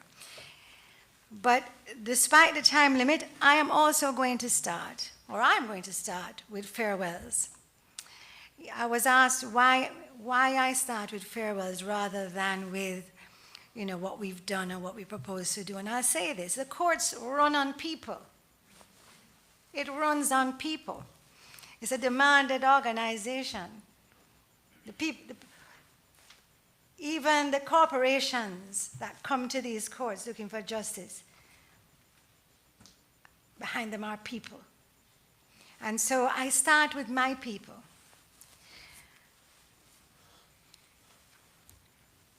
The people who work in the courts, as you can imagine, work under often difficult circumstances because nobody who comes to court is happy. They have either been wrongly accused or they've been victimized. They've been robbed or somebody's trying to rob them. There's nobody who comes here who is happy except perhaps adopting parents. And then the only person who sees those happy people is Justice Williams. So I like to pay tribute to my staff up front because of the very, very difficult environment that the courts provide for those who work within it. And so, yes, I thank the speakers for acknowledging Ms. Yasmin, as she's affectionately called by all of us at the law courts. She retires after 36 years. And I brought her here today because I was not able to attend the court's annual Christmas function, where for the first time we recognized our long-serving employees and where the court gave a tribute to Ms. Yasmin for her service and said farewell. So I'm using this occasion to join the members of the bar in thanking her for exemplary service. Now, in my speech, which is now much attenuated, I explain the role of listing officer. I'm grateful for the comments that have been made by counsel, which might explain to the public what the listing officer does. Timely, because it seems that the lawyers have forgotten that the personal assistants to the judges are not listing officers. And so I use this occasion to remind them that listing is done by the listing officer and to refer their queries for dates to the listing officer in the first instance and not to the judge's PAs. Anyway, I digress. Ms. Yasmin, thank you. I think I came and found you here. And I myself am now 28 years, so you must have been here for a very, very, very long time. Don't look a day older for it. And still, one of the most engaging members of the court staff that I can think of. And it has been my pleasure to work with you, first as a magistrate and now as Chief Justice, for all of those years. And I know I speak on behalf of my colleagues who did have the opportunity to say farewell to you in December when I say thank you, well done, and enjoy your retirement. You will see sitting beside Miss Yasmin, a man called Antonio Chase. I don't know if he's hiding behind the dark glasses this morning. But Chase retired with no fanfare. I don't understand what happened. One day he came to my office and he said, "I'm leaving." And so I prevailed on the court administrator acting to extend a special invitation to Mr. Chase to attend today's opening, so I could say a public thank you and farewell. Chase has served these courts, I think, and he will shout and remind me if I'm wrong, I think for some 16 years? But you were a prison officer before that. For how long? How much? Don't tell anybody but me. So that's 36 years of public service. I think Ms. Yasmin has just nipped you because she has 36 years in the court, but some 8 years before in the Department of Motor Vehicles, as it then was, 43 years. Look at that. Older than many people inside here. And last but not least, and only because she hasn't done enough years to be mentioned before Ms. Yasmin or Mr. Chase, is our former court administrator, Ms. Suzanne Bothwell. After 24 years, Susanna said farewell to the courts as court administrator and to the civil service. But I'm with the Honorable Attorney on this. I don't think she has said farewell to public service. She certainly continues to sit as a magistrate, as and when needed. So this is not really a farewell. Nonetheless, we take this opportunity to thank her on behalf of the judiciary, the magistracy, and all court and administrative staff for her many, many contributions to the better administration of justice as court administrator. I know her team valued her as a leader and are grateful for her stewardship of the judicial administration and for her investment in them, and I extend a special thanks on their behalf. I don't have a lot of time, but I would just highlight a few of the things that Ms. Suzanne, as she was fondly known on the court campus, accomplished during her time as court administrator. There are four which stand out. One was, as I said, investment in staff training. I think Suzanne taught everybody leadership, but with her managers in particular, there was concrete leadership development as most of the managers within the organization obtained their ILM certifications, whether at level 3, 5, or 7 during her tenure. The second was developing the IT infrastructure to support the introduction of a new and more powerful court technology, moving from GEMS to Curia, the new case management platform where you now do your e-filing and that sort of thing. That required bigger and better hardware and infrastructure, and Suzanne took the lead on that. She led the project to expand the courts and was the force behind the acquisition of what is now the law courts on Cardinal Avenue. With her team, she created the first digital courts in the Cayman Islands, the same courts 8 and 9, which have disabled access, which are disabled, they're accessible. The digital courts allowed for the first time for entire trials to be conducted without paper. The proof in that pudding was when the Privy Council came to these islands and the entire trial was done electronically. There was, I don't think the law lords allowed a single piece of paper, which is quite impressive because we're told that only the young understand technology.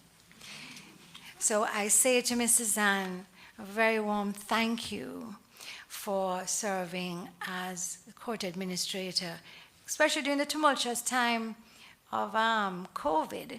I would just like to say this, that it was Suzanne who drove the court's ability to receive online payments. So she took us immediately into the 21st century. Grant you, it was 20 years late. COVID was in 2020, but it was immediate. And so today we couldn't accept money except over the counter. And the next thing you know, you could pay for everything online, including baby money. And so it was an extraordinary achievement, that. And I promise you that what we have done is build on it.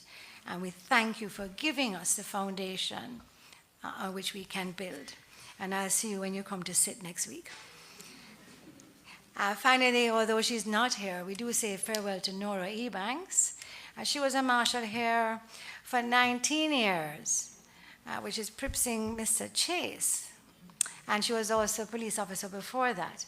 But the length of her service with the RCIPS is not known to me. But I suspect it's somewhere between Yasmin's 43 and Chase's 38. And so we do wish Miss Nora a very happy retirement and thank her for her service. To get to the business of the courts, what time is it? It's 12 o'clock. So my speech, according to Google, I do this every year, will take 1 hour and 10 minutes to deliver, which I don't have. I'm almost tempted to say it's on the website and invite you to join us immediately for refreshments. But allow me just to sketch out some of the things we have accomplished in the last year. Starting with the criminal division, there were 139 new indictments. This is over the 3 years, 2021 to 2023, an average of 102 indictments were filed.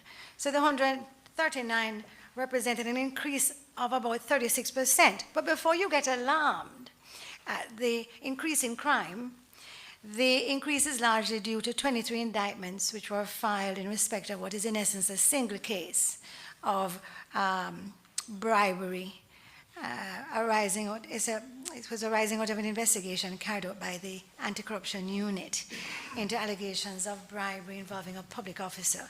Because I don't sit in that division, the details are not known to me. But suffice to say, we didn't have 36 new murders, but it is really a single case of corruption.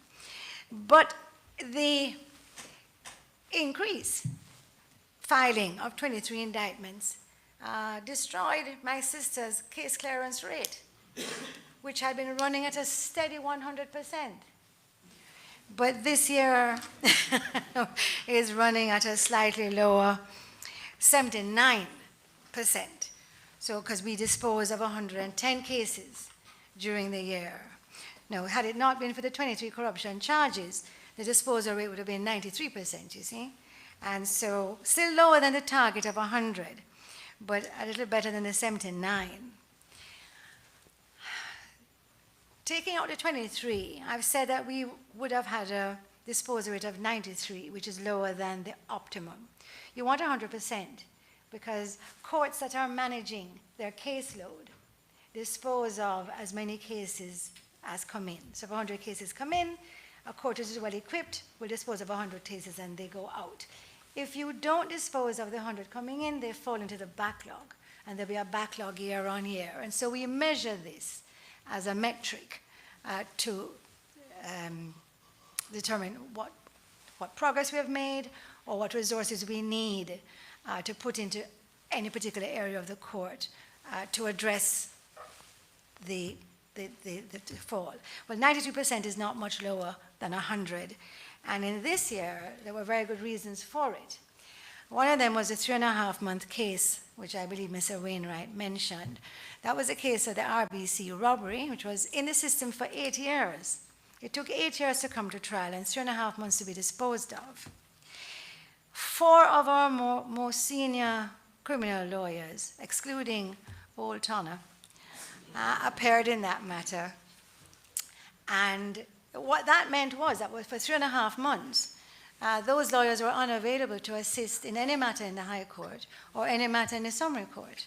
And so instantly you can see how a backlog or an inability to deal with all the cases before the court would arise.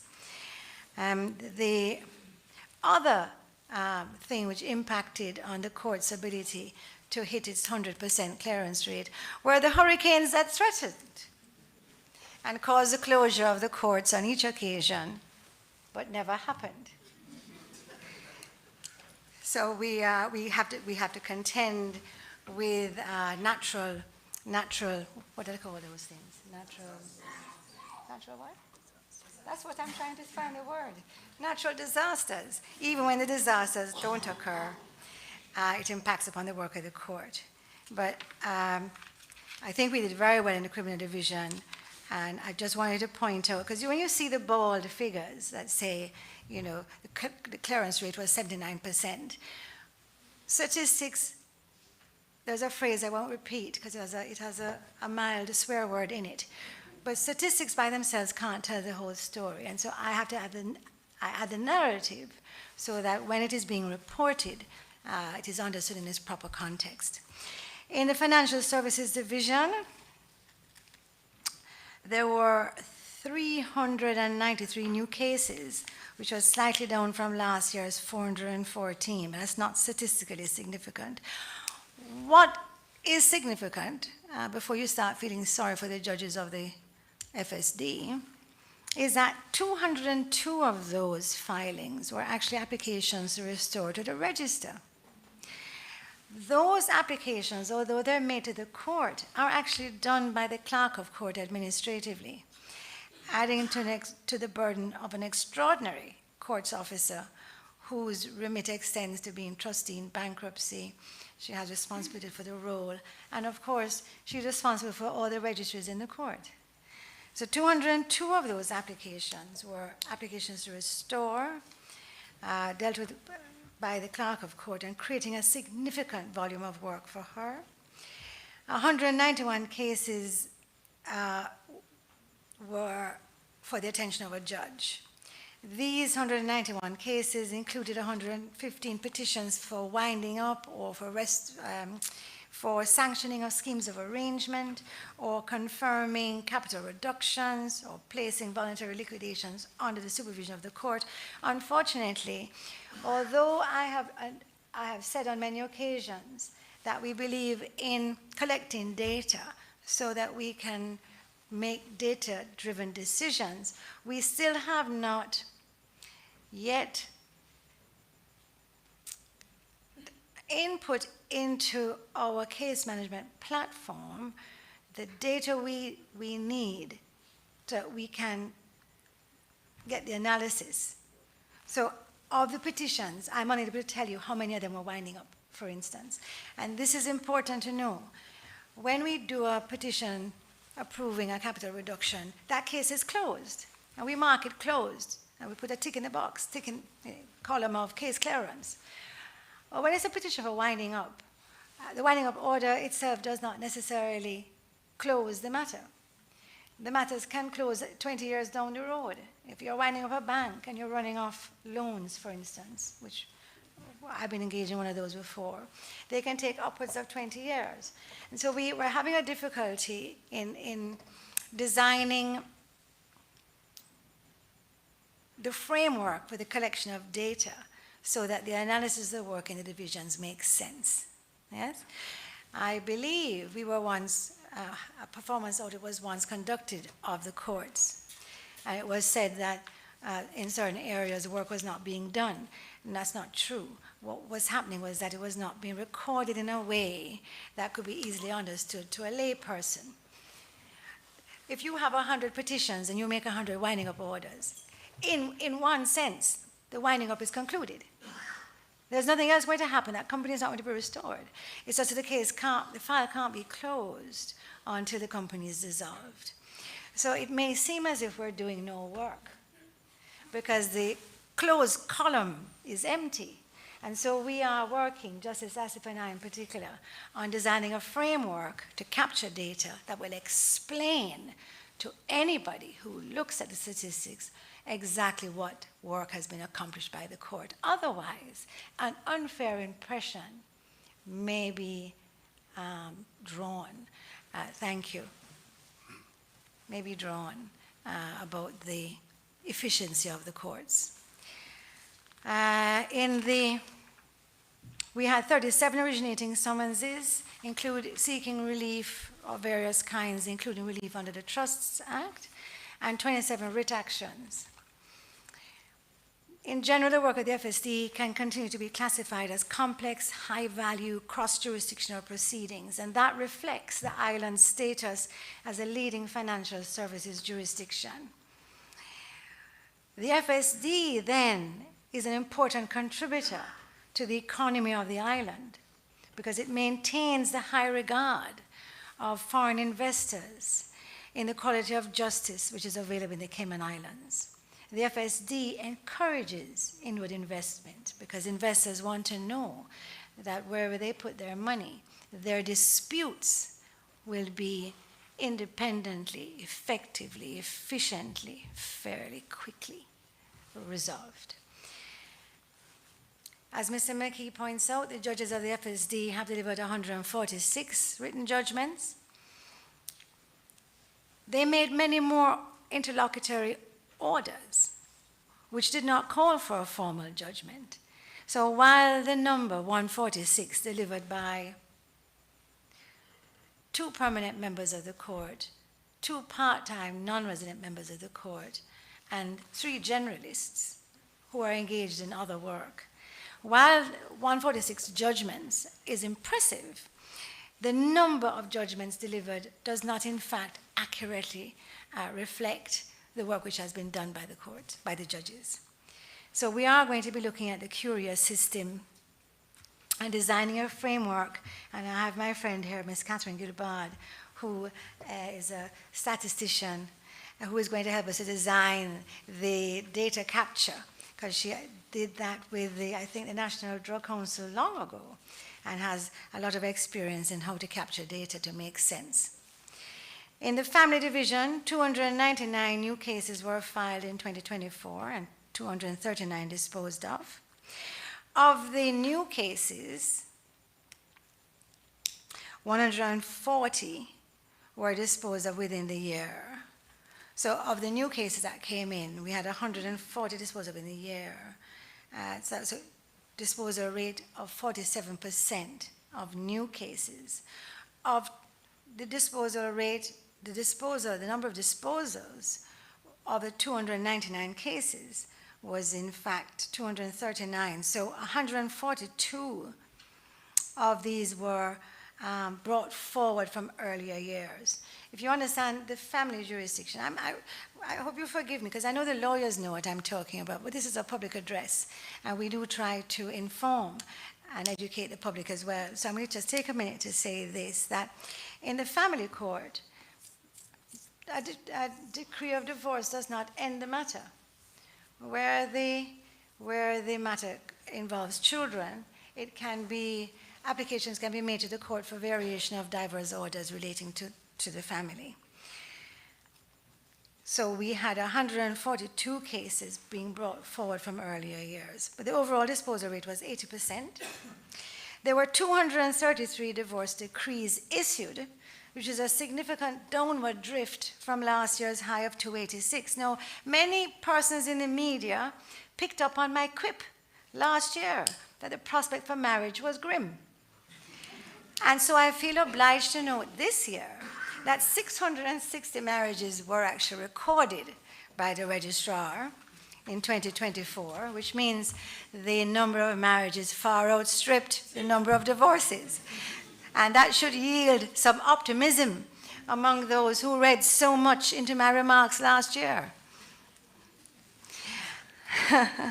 A large number of the cases that were disposed of included cases as old as 2020, 2010, because as I said, cases can come back to the court. It's just in the nature of family law. Matters can be brought back if there is a breakdown in the operation of an order, or there's a change in circumstances. My learned brother Richard, who provided me, that's Justice Williams to you, my learned brother Justice Williams, who provided me with a report, noted, however, and this is of some concern, that some cases are being brought back not because the order no longer operates or because there's been a change in circumstance, but because some parties simply cannot accept the decision of the court.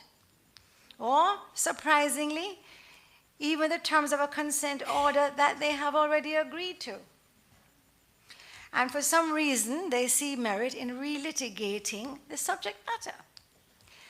The rate of these disposals this year have undoubtedly been affected by this pattern, and in this year in particular, some unusually long-running child cases. One child arrangement case in which a consent order had been made in 2022 has come back before the Grand Court and occupied well over 30 days of judicial time. Although a comprehensive judgment was delivered in that matter in 2024, it is yet back again before the court, with substantial disputes raised that will inevitably occupy a large number of court days in 2025. Another child arrangement case has been before the Grand Court on more than 20 days, despite a comprehensive judgment being delivered, which it was hoped would help the parties to resolve matters without further proceedings. Now, I would just say this. The family division is assisted by trained mediators. And the mediation program has been in place since 2016. Its purpose is to assist families in separating without leaving a scorched earth behind.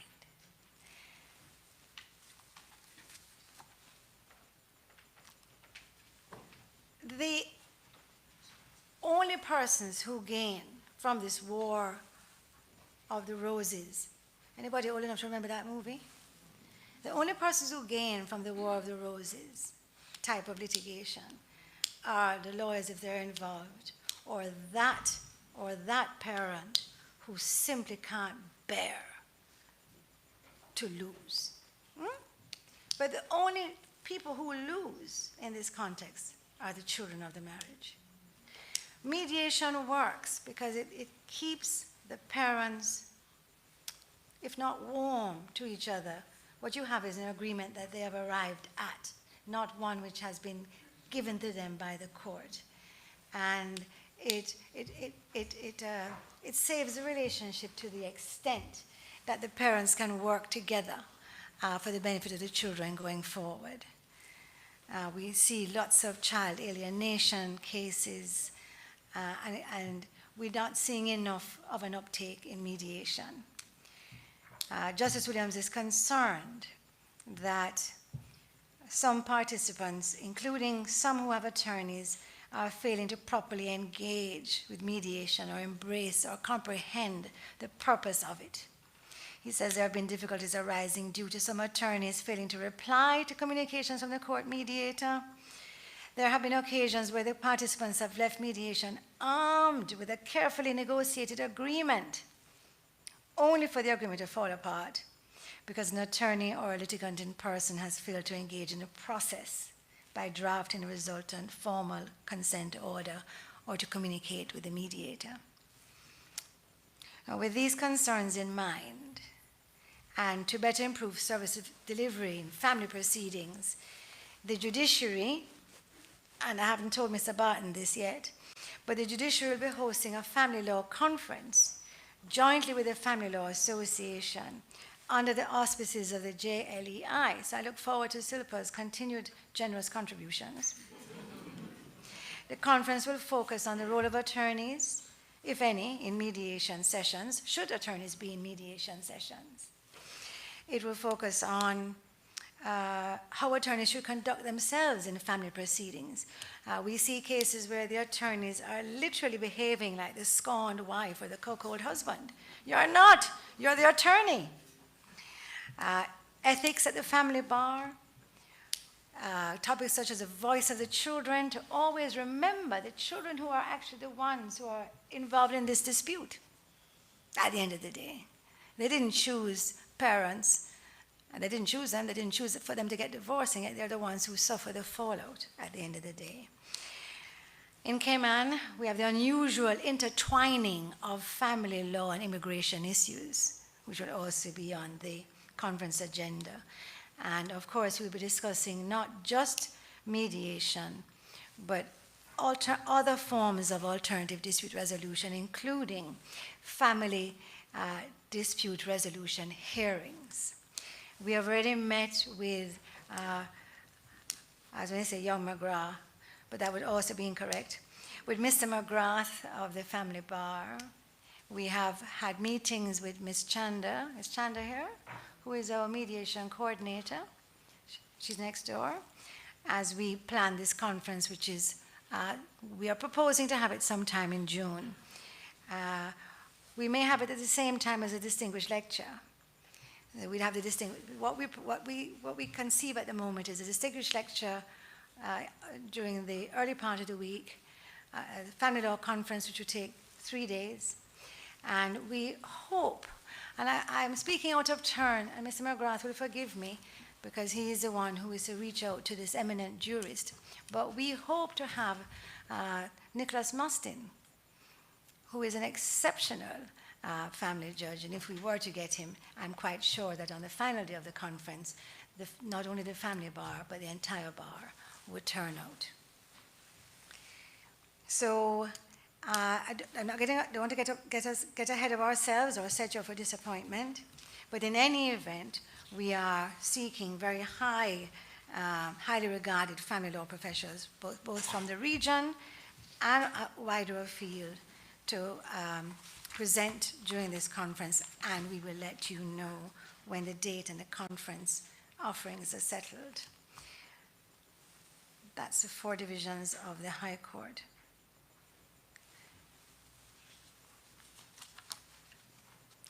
The Civil Division. My discussion on mediation provides me a nice segue to the Civil Division, where we have been intending to introduce mediation. I would like to thank Alistair Walters, who has served as an acting judge of the Grand Court for many years and is an experienced mediator who has conducted judicial mediation under the existing practice direction, for preparing a draft practice direction that will allow us to promote the use of mediation in the Civil Division. The current practice direction calls for judicial mediation, but with a bench as small as ours. If Mr. Justice Williams hears a judicial mediation and it fails, he's promptly recused from hearing the trial. Well, who else is going to hear it? Me? And so we think that judicial mediation can't work in a very small jurisdiction, because the judges have their ordinary lists, and if any of us has to recuse in a particular matter, then I regret it will just give more work to another judge. So we do want to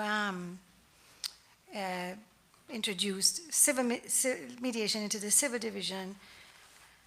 There were 287 new matters filed this year, up from 211 in 2023. That's an additional 70 matters with no additional resources.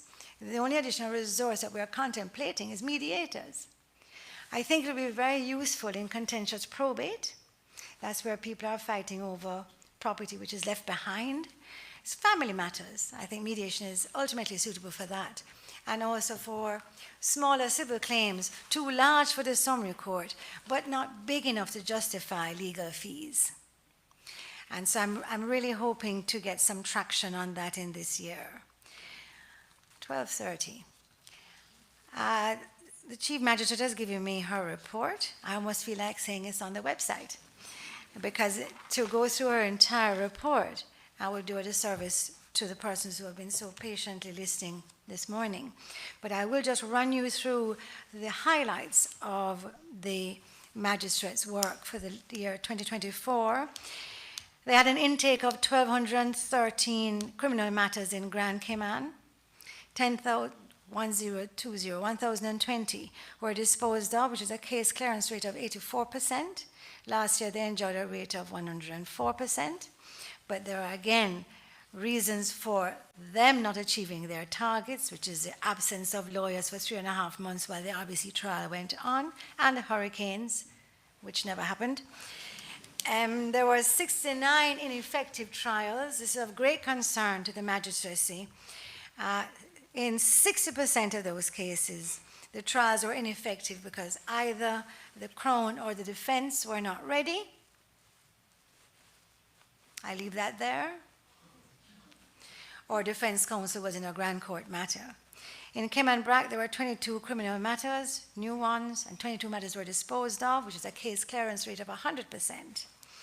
Globally, then, there was a total of 1,042 new criminal matters filed across all islands, up from 1,010 in 2023, and a case clearance rate globally of much closer to 100%. The magistrates heard 1,034 new traffic matters, 692 cases were disposed of, which is a clearance rate of 66%. Of the 169, this can't be right, I think it's a typo.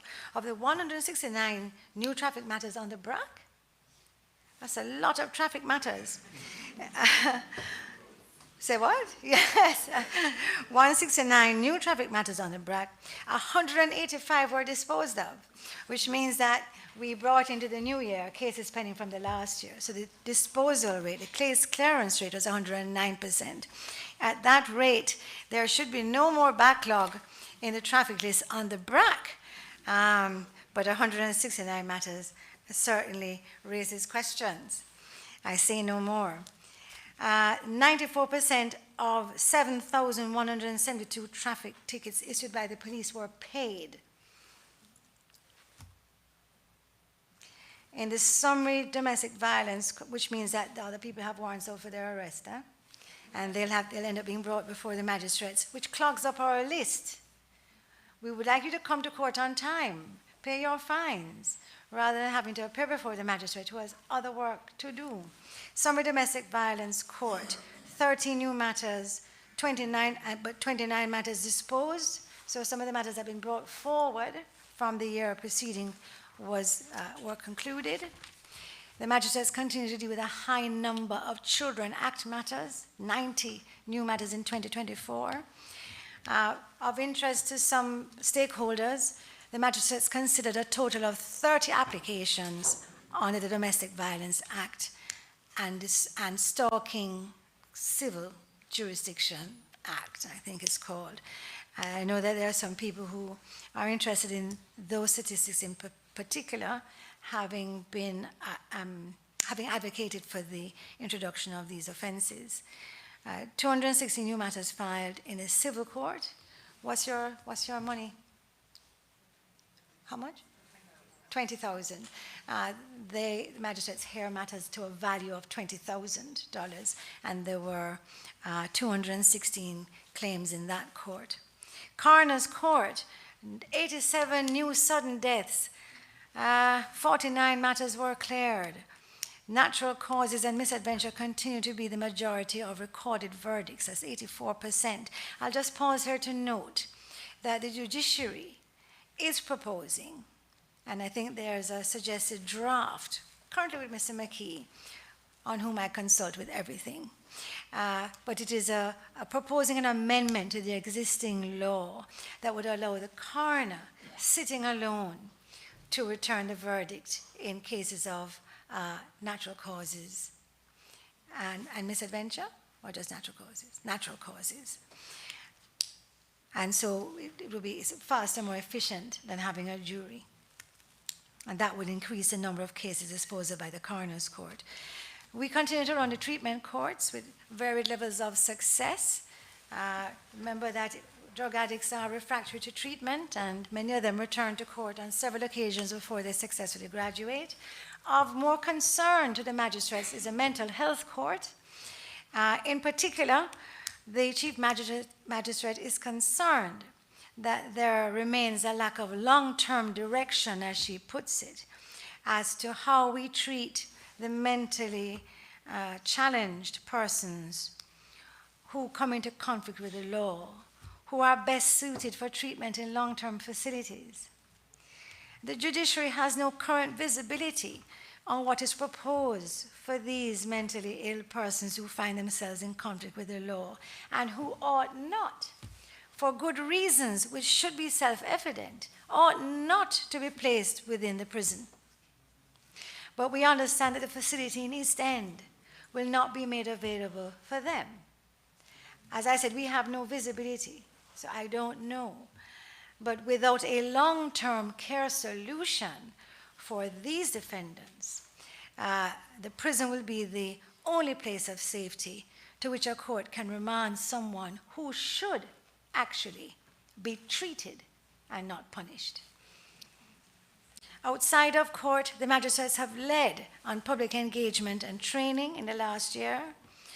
The magistrates have given several lectures and participated in our-led seminars, lunch and learn sessions, including Leadership Cayman with the Chamber of Commerce, the Health Services Authority's seminar on postmortem processes and procedures, drug rehabilitation court with stakeholders to review and update approaches for treatment courts, lunch and learn workshop with the Office of the Director of Public Prosecutions, our SIPs, as Mr. Davis taught me to call that, the force, and the Department of Community Rehabilitation.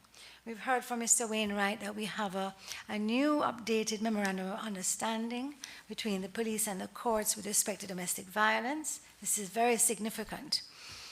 And finally, delivering a guest lecture at the Truman Bodden Law School. Now, this is not to say that the judges of the Grand Court have not been presenting at conferences. In fact, we have, but our contributions have been made largely outside of the jurisdiction at international conferences on subjects which are, for the most part, of interest to lawyers working in the commercial sphere. So we attend a number of international insolvency conferences and speak at asset recovery and forfeiture conferences. And so we don't have the same visibility in the community as the magistrates, but we hope to change that because community engagement is one of our strategic priorities for the next year. I know that the public is interested in our initiative to reintroduce JPs to hear traffic and minor criminal offenses. Training continues for our dedicated group of 3 JPs. A mock court was held with the assistance of the public and private bar. Training will continue with the legal advisor to the JPs in the first quarter. We've identified Ms. Janisha Simpson as the first legal advisor. Ms. Janisha, as you know, is our Senior Deputy Clerk of Courts. She was also a member of the office of the, well, it might not have been the office of the DPP then, but she was certainly a Crown Counsel and a public prosecutor. Yes. I think it might have been at the time when the AG's office was responsible for prosecutions. We hope to have the Justices of the Peace who are here with us today, and I welcome them. We hope to have them deployed by mid-2025. Thank you very much. Legal Aid has a report. At this point, I am going to say it's on the website. I will just give you a brief overview.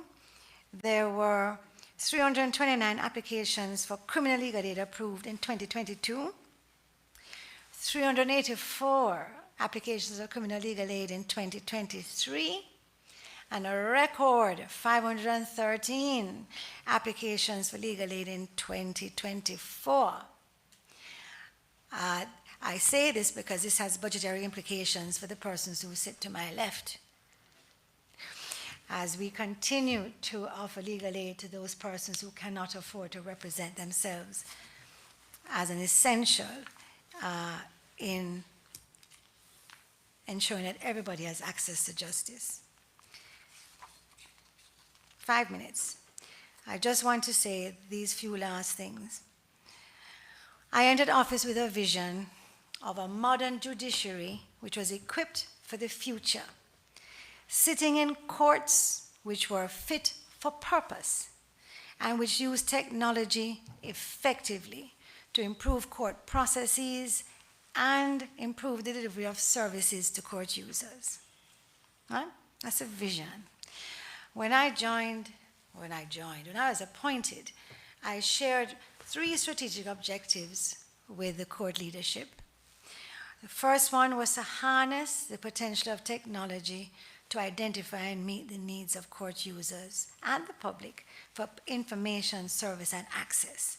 So I want to report that much has been accomplished this year to achieve our technology vision.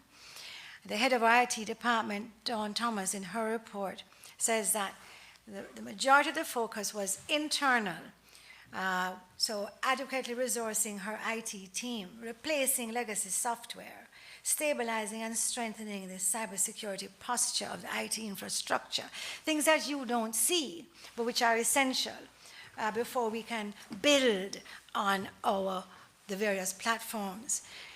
So we consider it to be a very successful year for the IT department because, as I said, while it's not groundbreaking, it lays the groundwork for future advancements and will support the technology vision for the courts.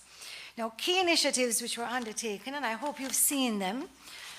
There's a visitor management kiosk downstairs. So you just have to sign in, like at GAB. Sign in a paper book. Well, we've replaced that. We now have an electronic visitor management kiosk, and I'm happy to share it with the Deputy Governor. It's essential. If there were ever a disaster, say a fire, we would need to know if all the persons in the building were accounted for. And this is a secure way of capturing that information. It'll also be extended to the staff, so we will know, as I said, in the event, it's a risk mitigating feature. It's not merely just to remove paper. It's also to address the potential risks. We are introducing a payment portal kiosk. Yes, you can pay online, but people don't. And you can pay at the cash office, but then you stand on the sidewalk. And so what we've done is we've introduced 3 payment portal kiosks. These are self-service kiosks that you can use your debit or credit card to pay your tickets or your baby money.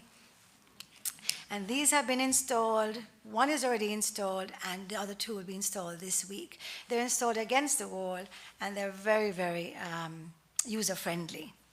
Jury management application and portal. It's very important. We're done with the manual selection of jurors from the electoral roll. This new software will allow us to electronically select jurors. It'll also allow us to track jurors who have served. The law provides, that if you've served, you get 18 months off. But many jurors say that as soon as they leave, their summons back. And that's because we're not keeping adequate records, and the electronic software will allow us to do that. It will also allow the jurors through their own dedicated portal to communicate with the court. They can submit their bills, they can ask questions, and I think it's a great advance. We have now acquired secure voice modulation software and process. I love how that sounds, but all it means is that we have the software to change your voice if you're giving evidence. This is used in cases where a witness anonymity order has been granted, and so the witness's voice has to be disguised. We are now able to do that. The only person who sees the witness, I think, and hears the actual voice is the jury. We've just deployed an electronic cause list. Ms. Faith is not to get anxious that we're replacing her anytime soon as listing officer, but a lot of the work that Ms. Yasmin and Ms. Faith are now doing, which is to manually pull the information from the calendars, will now be done electronically. So Curia will, I'm not sure what the right word is, scrape the platform or the calendars and pull the electronic data and populate the list with the press of a button. I see Shona looking at me because I'm using the wrong language. Export. See, look, I'm a judge, and I'm of a certain age. I know what I want in terms of technology, but describing it sometimes eludes me. But I think you all know what I mean when I say that the listing officer will now be able to pull that list with a press of the button. We are moving towards courtroom automation. One of the things that will be automated is the recording of courtroom proceedings. So we have introduced for the record which is a digital recording system. It's been introduced in Court 8 and 9. It's been in use for about a year on a pilot basis. It allows us to digitally record and transcribe. So this is using AI technology. And depending on how well they've trained their dragon, do you remember those days of training your dragon? Well, depending on how well the AI is trained, we will see better and better transcripts. They will never, I don't think, well, not in my lifetime, well, maybe I'm wrong about AI because it's moving so quickly. I don't think we'll ever move to the stage where an AI transcript does not have to be reviewed by a person who will correct any errors in it and certify it. But we're certainly moving in that direction. Now, this has caused great consternation to our court reporters, many of whom have protested that they can't be replaced by a machine, and I agree. They cannot be replaced by machines. Court reporters have been, for decades, the very backbone of the courts. Anybody who is an advocate in a criminal proceeding knows the value of a court reporter. But the fact remains that there has been a decline in enrollment in court reporting in North America, decline in graduations. Not everybody who enters the program graduates. In Jamaica, we used to offer a school for training court reporters. That school has closed. The last, and Christina can tell me if I'm right or wrong, but the last person who we recruited as a court reporter refused the offer when it was made. So digital transcription is the future, and I think what our IT genius, Dawn, envisions is a courtroom where the proceedings are being recorded, a transcript is being produced in real time, and it is so connected that when the judge says the date for the next hearing is X, that date is automatically input into the case management system. Now that's what we're talking about. We're talking about a court of the future, not now just merely paperless, because we've moved beyond that, but to a court where the proceedings are assisted by AI. And any of you who heard of us or are inclined to consider how AI can assist in the courts, this is one way. Actually, it's not even AI. There are enough software. It's been enough software development for that information to be transmitted from the digital transcribing device to a companion case management software. Cloud computing, this is beyond me, but I'll tell you what she says. Leveraging Microsoft cloud technology for email, mobile device management, and Teams meetings. I'm going to leave it right there. And among the other things that we accomplished, I'll have to put that one in inverted commas, was a website relaunch. Now, I think having put the website relaunch in my done column, I need to explain or say something about it, given the disastrous relaunch. And I'm not going to pretend it wasn't. The fact is that it had to be done. But I accept, and as I am the chief judge and chief administrator, I accept that the upgrade and migration of the website was not planned or managed properly. And I apologize for the dislocation in service, or the various services which had been hitherto available on the website and which have still not been restored. But as I understand it, and I want to give you this background, the former court website was developed over 15 years ago, even longer than that. And it provided specialized services far beyond what a typical website might offer. In fact, Cayman has been an early adopter of many advanced technological tools. Remember, GEMS was introduced, an electronic case management system was introduced here back in the 1990s or 1900s. I really am old this morning. Back in the 1990s or early 2000s. So we are early adopters. But the technology that was supporting our website had become increasingly outdated. And it was clear that the system was no longer sustainable or secure. With the growing risk that presented, we had to make the difficult decision to decommission our site and transition it to a new platform. As I said, we accept and apologize for the fact that it was not properly managed. But we are committed to rebuilding the site in a way that ensures that all the features and services that you rely on will be available, while also enhancing accessibility, performance, and long-term sustainability. All right?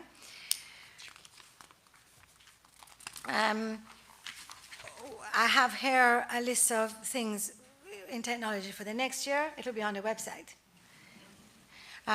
One of the second strategic priority was the judiciary workforce. I'm looking at Suzanne because she'll remember this. We wanted to improve the workforce, planning, engagement, training, assess the needs of the court, so recruit, develop, and retain a talented and diverse workforce while defining the judiciary's future workforce requirements. Now, capacity on the bench has been increased. That was one of the objectives. We brought on Mr. Justice Asif last year as part of that expansion. And this year, we will have another judge who, in the criminal division, she will be exclusively criminal. There will be no generalist here. She will assist my sister, Justice Richards, in the criminal division entirely. I don't want to say too much about her. At some point, very soon, her CV will be uploaded to the website, her bio, but she is Her Honor Judge Emma Peters from the UK. She's a judge of the Crown Court in Ipswich. She's a deputy presiding judge.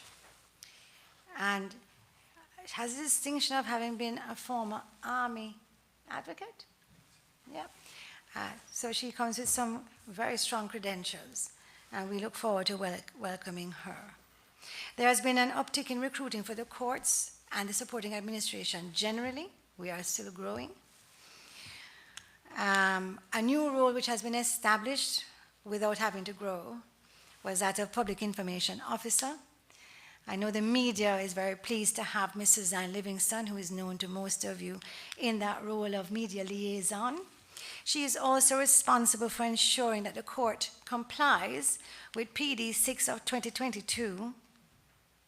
So it's 2 years of non-compliance. I can only apologize. PD 6 of 2022 by publishing the daily criminal register to the website. This has been long overdue. We went from, when it was paper, you could come into the court and you could look at the magistrate's book and see for yourself what had happened during the day. And when we went electronic to GEMS, that visibility to the public disappeared and it's never been replaced. So we're now going to have public criminal registers which will record all disposals in the criminal divisions, both in summary and in the Grand Court. Personal wellness and self-care have emerged in recent years as critical core values of judicial leadership. It is encapsulated in the recent Nauru Declaration on Judicial Well-being, which was made in July 2024. It emphasizes the vital role of judicial well-being in upholding integrity and effectiveness within the judiciary, and that includes the staff that serve the judiciary. So several judicial and staff wellness initiatives were undertaken in 2024 at the instigation of our Deputy Court Administrator, Ms. Christina McTaggart, who has been acting. These included a series of workshops on stress management and resiliency.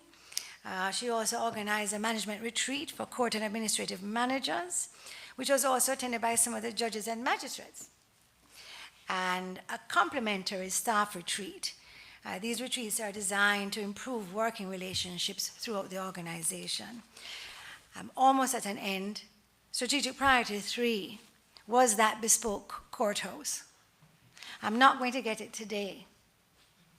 So while we continue to prepare our submission for the acquisition of property on which to build the courtroom of the future, the one that Mr. McKee envisions, which has access for all, while we have that, while we're doing that, we in the interim have focused on improving what we have.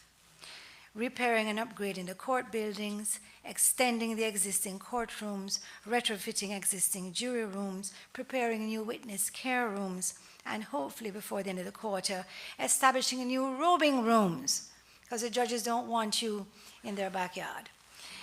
And so we're establishing new robing rooms for the council. We're grateful to the facilities team for their hard work in keeping our lights on. Finally, in response to the physical limitations on the court campus in terms of courtrooms, and in response to the advice that the courts would not be able to use a town hall anymore, I announced we would be established in district courts. I've been asked about it ever since. So let me give you an update on last year's report. There is no update. The problem with establishing a district court is this: I will not have a court in a private building. I will not use a school hall. I will not use somebody else's church hall. I need a municipal building. And discovered when we went on a drive around Cayman that there are very few municipal buildings in the outer districts.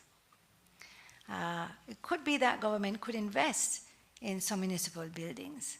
It's unusual not to be able to find a town hall in a district which belongs to the government, which a court could use, like, say, the one in Georgetown or the one on Cayman Brac. So it means then that we have to approach, and I might get this wrong, is it Lands and Survey, to see if they can find premises for us in a nominated district, which we can rent and retrofit in order to host district courts. But that is the reason why we haven't done it yet, because we have to bid for the money for the rental, we have to locate the premises, we have to bid for the contracts to retrofit it, we have to write business cases, go through procurement, and all of these things take time. It's in the spirit of good governance, and so I make no complaint about it, but the fact is that these initiatives take time to achieve because of the groundwork that must be put in place. Looking ahead, and I really will finish now, to those 3 strategic priorities, we've added 2. We've reframed strategic priority number 3, which is acquiring this modern courthouse, and we've reframed it instead on providing an accessible and safe court service. Right? So less emphasis on buildings and more emphasis on accessible and safe court services by using the existing plant the best way we can. Priority 4 will be to work efficiently across the justice system in the sense of supporting meaningful engagements and partnerships, advocating and collaborating to deliver stronger justice system outcomes, and engaging with the community to share knowledge. And this brings me to the Criminal Justice Stakeholders Working Group, which was established to foster better working relationships with stakeholder agencies. We will have a report for you on that shortly. And I had said 2, but Catherine, I apologize. I seem to have left out priority 5. We will be publishing our strategic plan shortly, and so that will be on the website. It remains only for me to thank my clerk of court and her team for the continued effective running of the registry and courts. Thank you to the acting court administrator and her team for their support to the judiciary and the courts. I would like to thank the governor and the members of cabinet and all parliamentarians for their support of the judiciary over the years.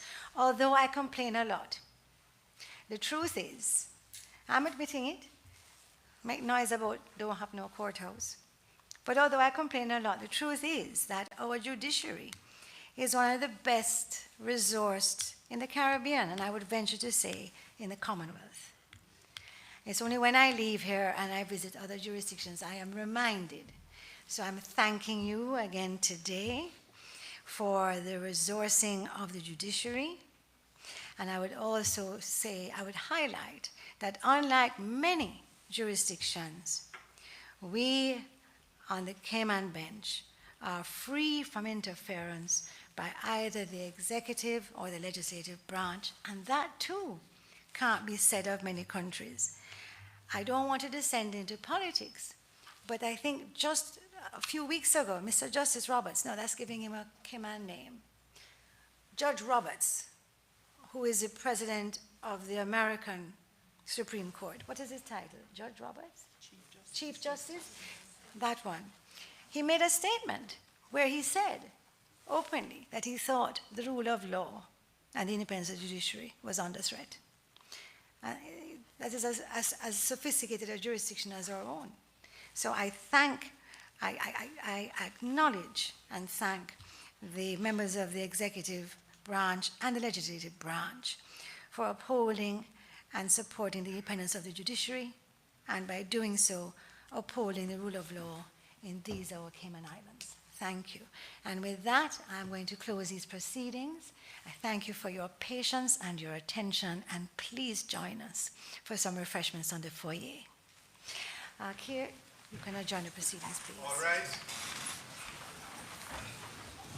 Court now stands adjourned until 2:30 p.m. today. God save the King.